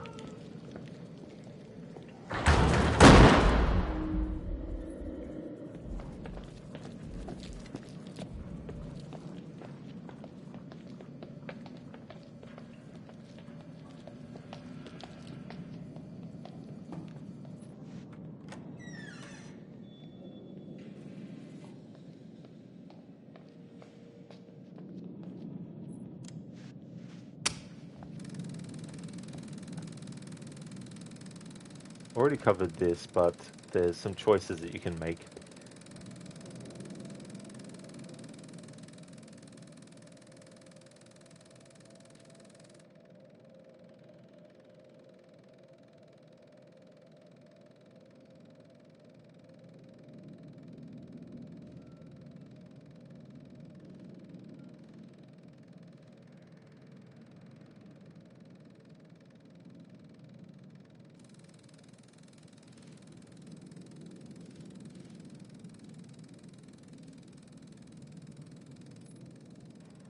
Alright, so last time we chose apologetic, this time unrepentant.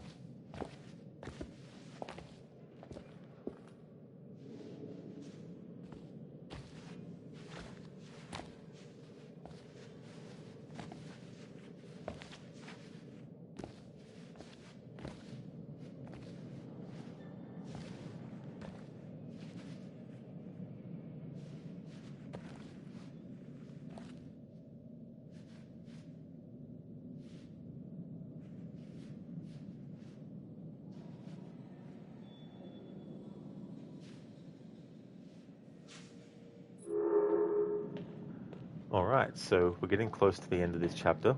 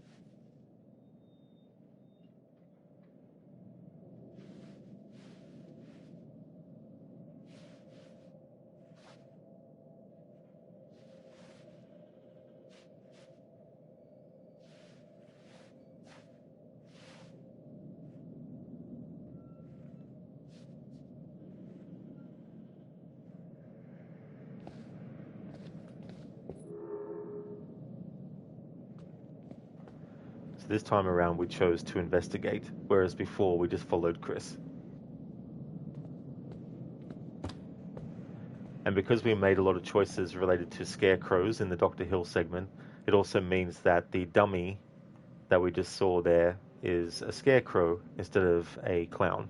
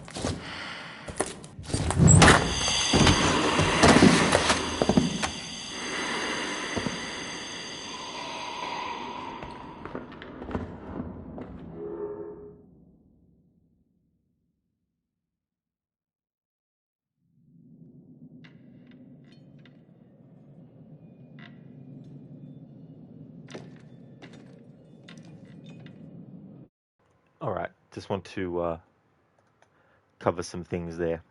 Okay, so this time around we didn't have Ashley even pick up the scissors. If you do pick up the scissors, in that moment where Josh is about to attack, you have a QTE to use the scissors. If you use the scissors, then you'll stab Josh, and that's not part of his plan. He wasn't expecting that. But he'll continue and knock out Ashley as well. So this time around, we didn't even pick up the scissors, so therefore Josh just went straight for knocking Ashley out. Sam, because she got captured this time around, last time she didn't, because she got captured this time around, she was actually sitting on that chair. But she's not dead, she's just unconscious. But if you don't, if Sam doesn't get captured, then it'll just be the dummy that's on the chair there as well. Now this part that we're about to do, this is another trap that Chris and Ashley find themselves in. This will determine a potential death for Chris, what choice you make here, versus potentially saving him in the same scenario if you make a different choice. So here's how it breaks down. Earlier, there was a choice that Chris had to either rescue Josh or to rescue Ashley from the sword blade trap. No matter which choices you make there, it always ends up the same way, where seemingly Josh gets killed. Spoiler alert, he doesn't. It's a fake bottom half of the body.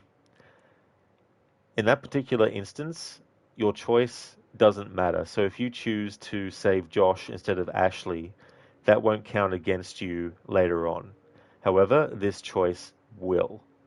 So we have a choice coming up of either Chris shooting himself or shooting Ashley. The first time around, we had Chris shoot himself. Spoiler alert, there's actually blanks in the gun, and he doesn't kill himself. However, even though there's no real bullets in the gun, the choice to shoot Ashley, which is what we're going to choose this time around, even though she doesn't get killed because there's no real bullets in the gun, the fact that you choose Ashley to shoot, irrespective of the fact that there's no bullets in the gun, she will hold a grudge against Chris. Later on, there's a sequence where Chris is with the flamethrower guy investigating where Josh has been put when they find out that he's the mastermind behind the prank stuff. And so they put him out in this area where he's vulnerable. So after they find out that it's actually a Wendigo going on and that there's a real threat, not some prank, basically they go out to see how Josh is going. And in that sequence, there is still a way for Chris to die during that sequence. However, if you have chosen in this next moment to shoot Ashley, then later on, even when you do everything successfully, Chris will run to get back inside the cabin, but Ashley will actually close the door on him and watch as he gets killed. So if you want to make sure that Chris ultimately survives that sequence, you need to make sure that in this choice coming up, you have Chris shoot himself. That way, when you do get to the point where Chris is about to run back into the cabin, Ashley won't close the door on him and he'll be able to get inside, therefore saving him. But there is still an opportunity, no matter which choice you make, to actually die even earlier in that sequence. But what we're going to do is we're going to choose this time the shoot himself. Shoot Ashley, sorry. We chose shoot himself before.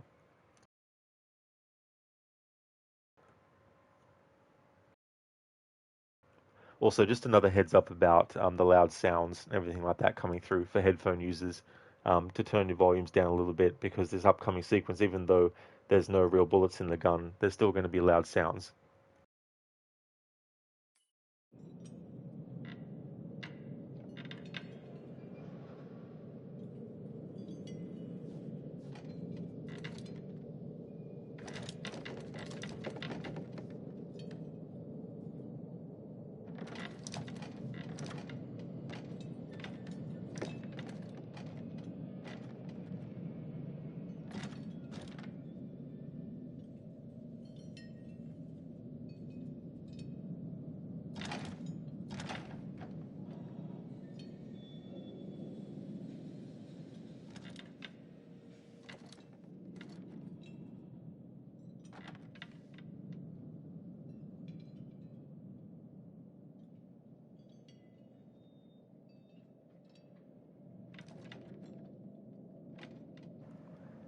You also have a choice in this moment to not do anything at all, but if you choose to not do anything with the gun, it'll still consider it that Chris has shot himself.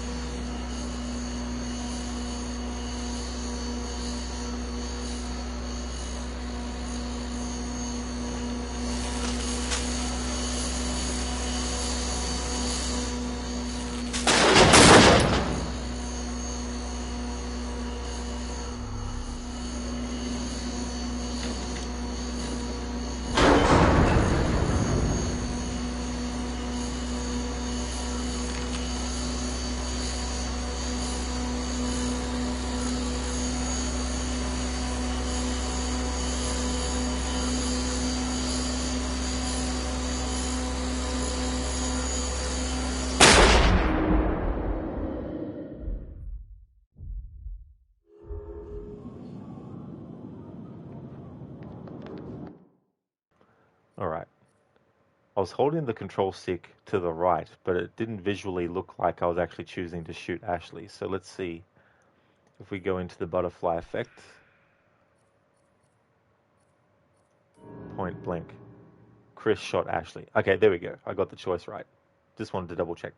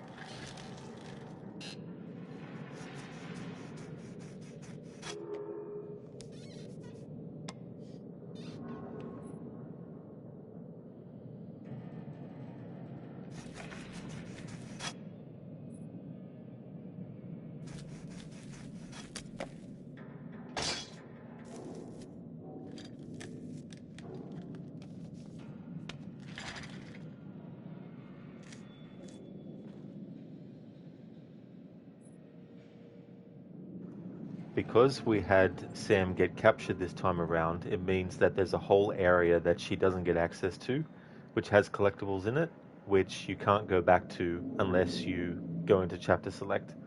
And at this point, because I started from scratch, the option to chapter select doesn't become available again until I finish the game again.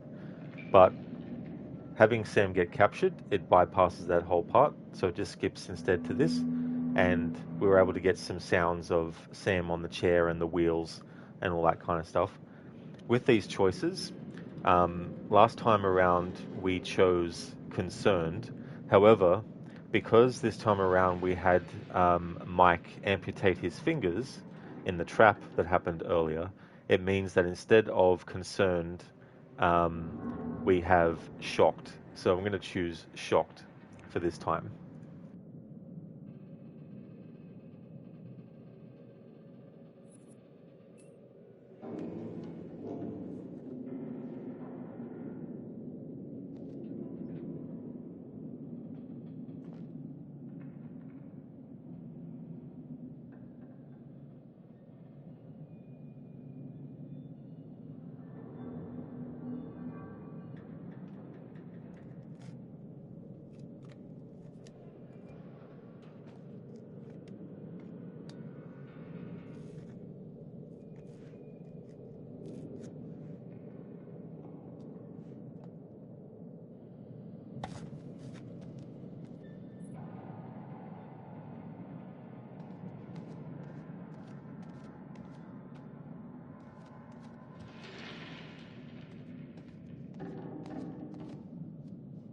I think from memory, the room that you can access if Sam doesn't get captured is beyond these two double doors. Or beyond the double doors. Two double doors would mean that there's four doors.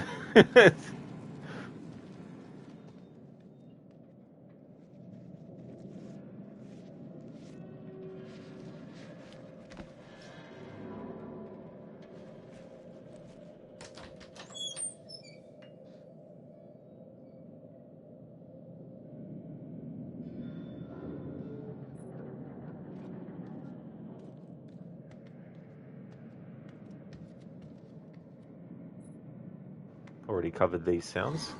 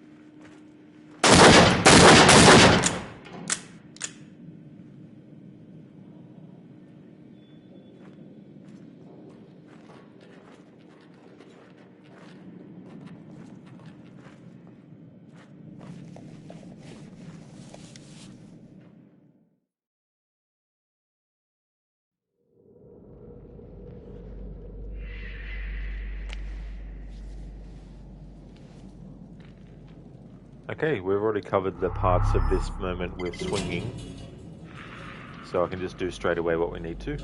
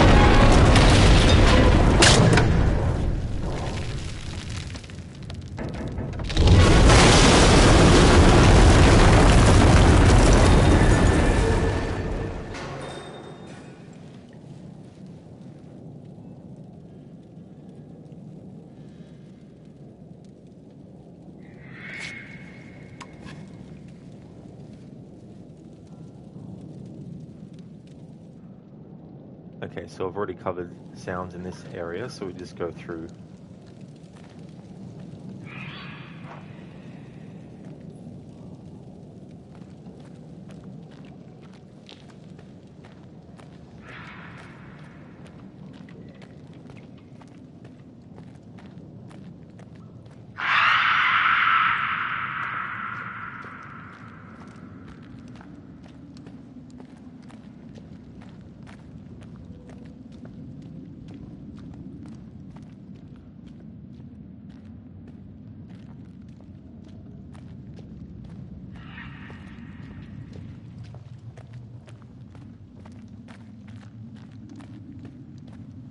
I was originally going to, in this stream, stop after Chapter 6, but because of the pace we've been going at, we're going to do Chapter 7, and then that'll leave 8, 9, and 10.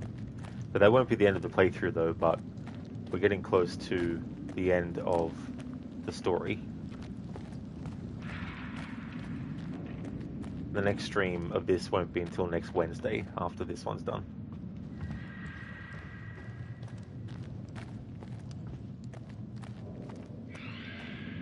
Okay, there's going to be a loud sound coming up when interacting with this mine cart. It's going to blow, it's going to not blow up, it's going to hit some stuff.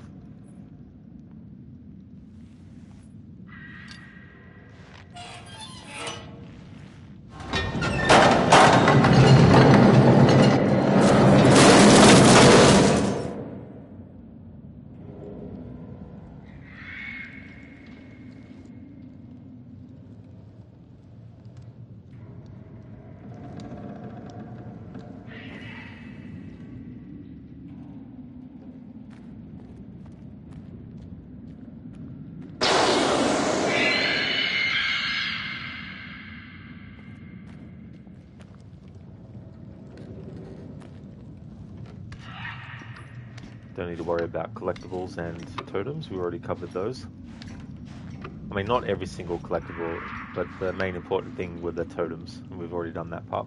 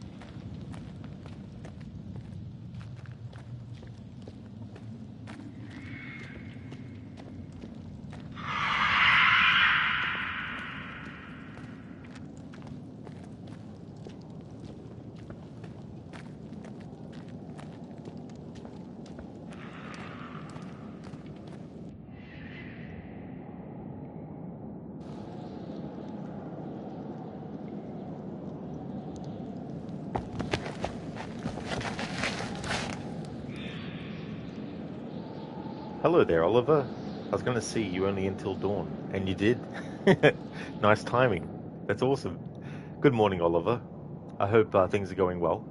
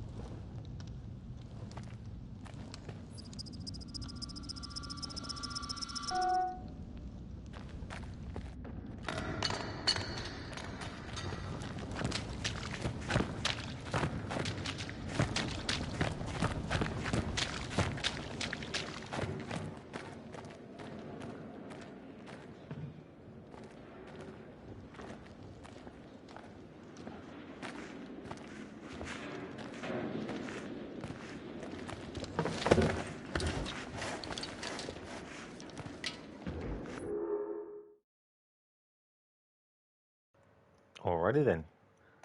That's that part done differently to last time. Okay, so first time around, we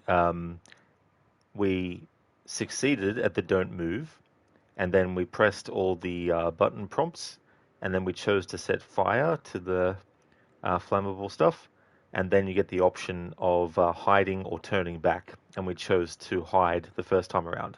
So this time I had to fail the don't move, get the QTE for the triangle, but then fail the other QTEs when jumping across the gaps, and don't set fire to the flammable stuff, which then locks you out of being able to choose between hide or turn back, and that's the outcome that we get.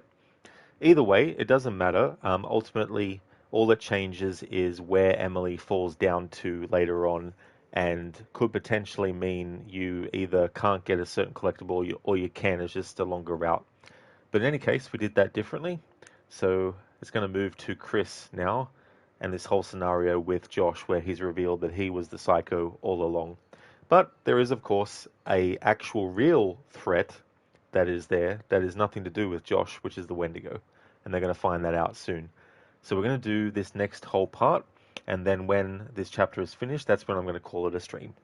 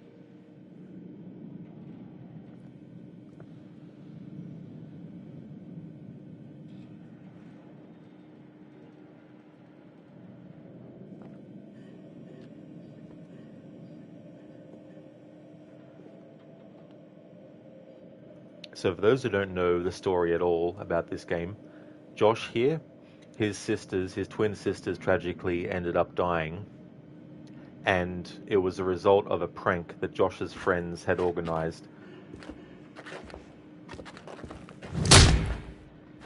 And so a year later, Josh wants to get revenge on his friends, so he creates this elaborate prank about this psycho killer on the mountain and all that kind of stuff to get revenge against them. But Josh doesn't know that there's a Wendigo running amok and that Jess is actually dead. But Mike thinks that Josh killed Jess because Mike and Chris and the other characters don't yet know that there's a Wendigo going about.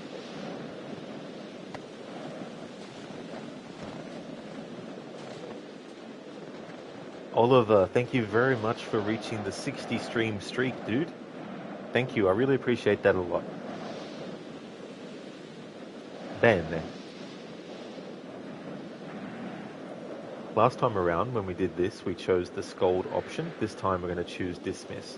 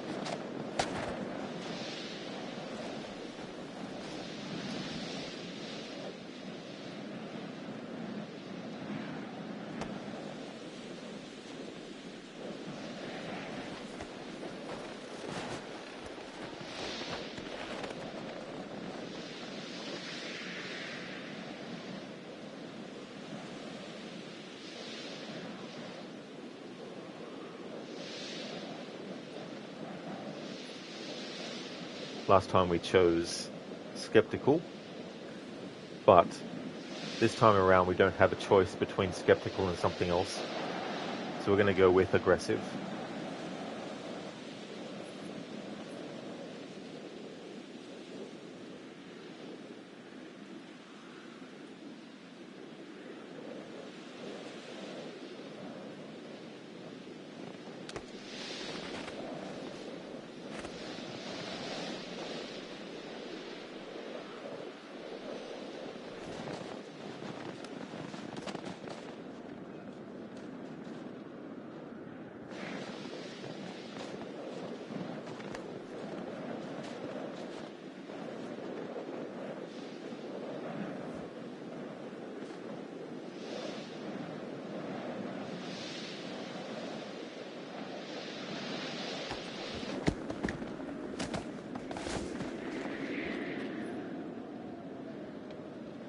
Alright, last time we chose defensive, this time aggressive.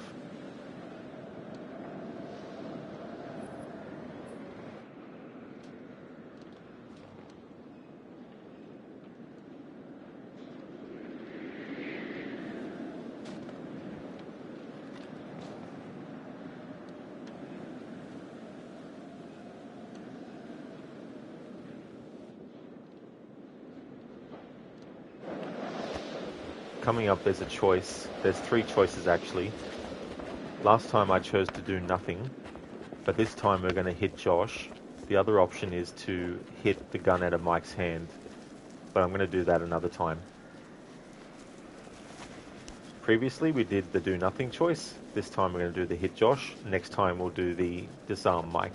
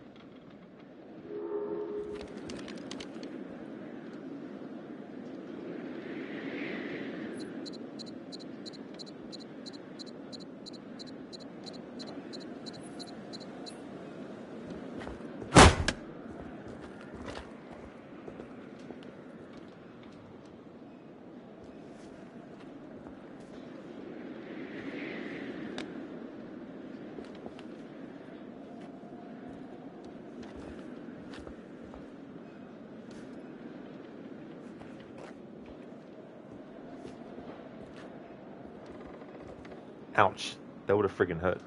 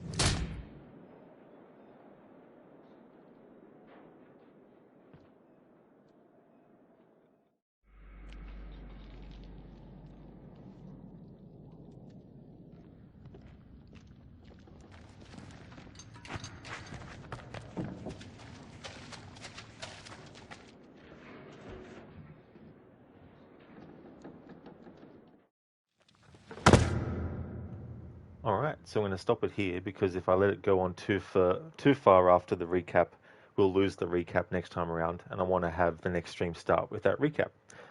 Alrighty then, so we got a lot of chapters done. I was expecting, though, that there would be a lot of moments in this pass-through where it wouldn't take too much time, because the first time around for this playthrough, I stopped, listened to a lot of the sounds in the background, triggered a lot of sounds on purpose, stepped on different things, had the characters interact with stuff, all that kind of thing. And this time around, in those moments, we can just walk straight through and go to the next point.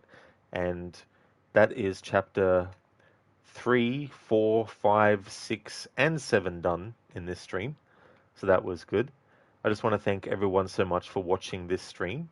The next stream of Until Dawn will be Wednesday next week, and we'll continue on where we're up to, which is chapter 8. There's 10 chapters in total. Most likely in the next stream I'll get 8, 9, and 10 done. But that won't be the end of the playthrough though. That'll just mean that I've done the second pass through. So the plan is to go on a break before coming back with more Ghost of Tsushima today. And before I end, just want to give some shout outs. Also, my current time is almost 3 p.m. So I intend to come back to stream Ghost of Tsushima at 5 p.m. my time.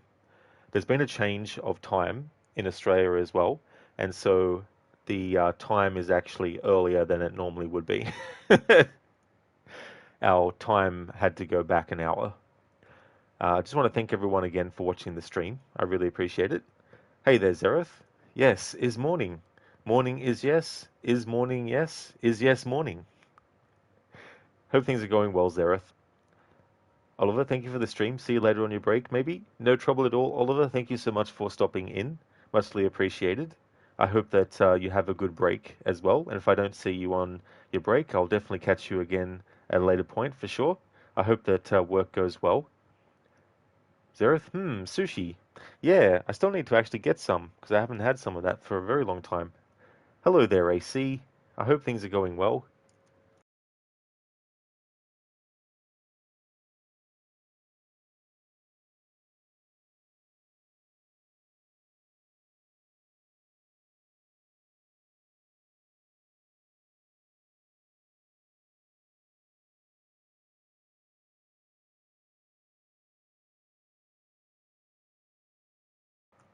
Would like to highly recommend people check out AC's channel. He's been doing a variety of different things.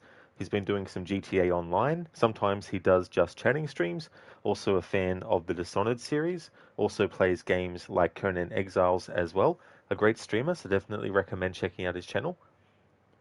Zereth gets some to have while playing sushi. Extra added layer of immersion to that. What a good idea, Zereth. Thank you once again, everyone, for watching the stream. It's completely understandable that not everyone might be able to make it to the next one in 2 hours' time, but thank you so much for watching this one. The current schedule, the early game Wednesday to Sunday is this game, of course. The main game on Monday to Wednesday is Demon Souls Remake, and the main game Thursday to Sunday is Ghost of Tsushima. These early streams of games that I do, sometimes there might not be any early streams, but for now, Until Dawn is the only early stream that I'm doing. However, having said that though, I can still also sometimes feel like doing yet another game on top of my schedule. And so if I do another game, it'll go into the early slot potentially on Monday and Tuesday. But I just won't know until the day comes around. And if I feel like streaming something that's not on the schedule, then I can slot it into those days.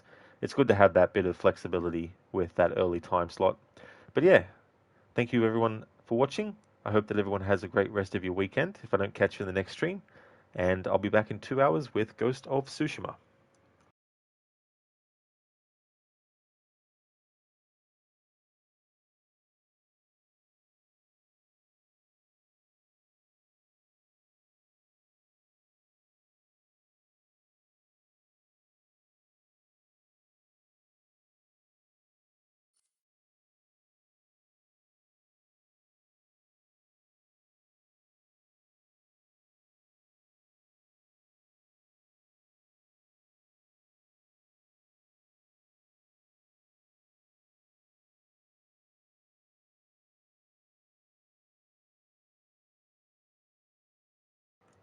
Zereth, thank you very much for reaching the 85 stream streak. That is awesome. Thank you very much for that, dude.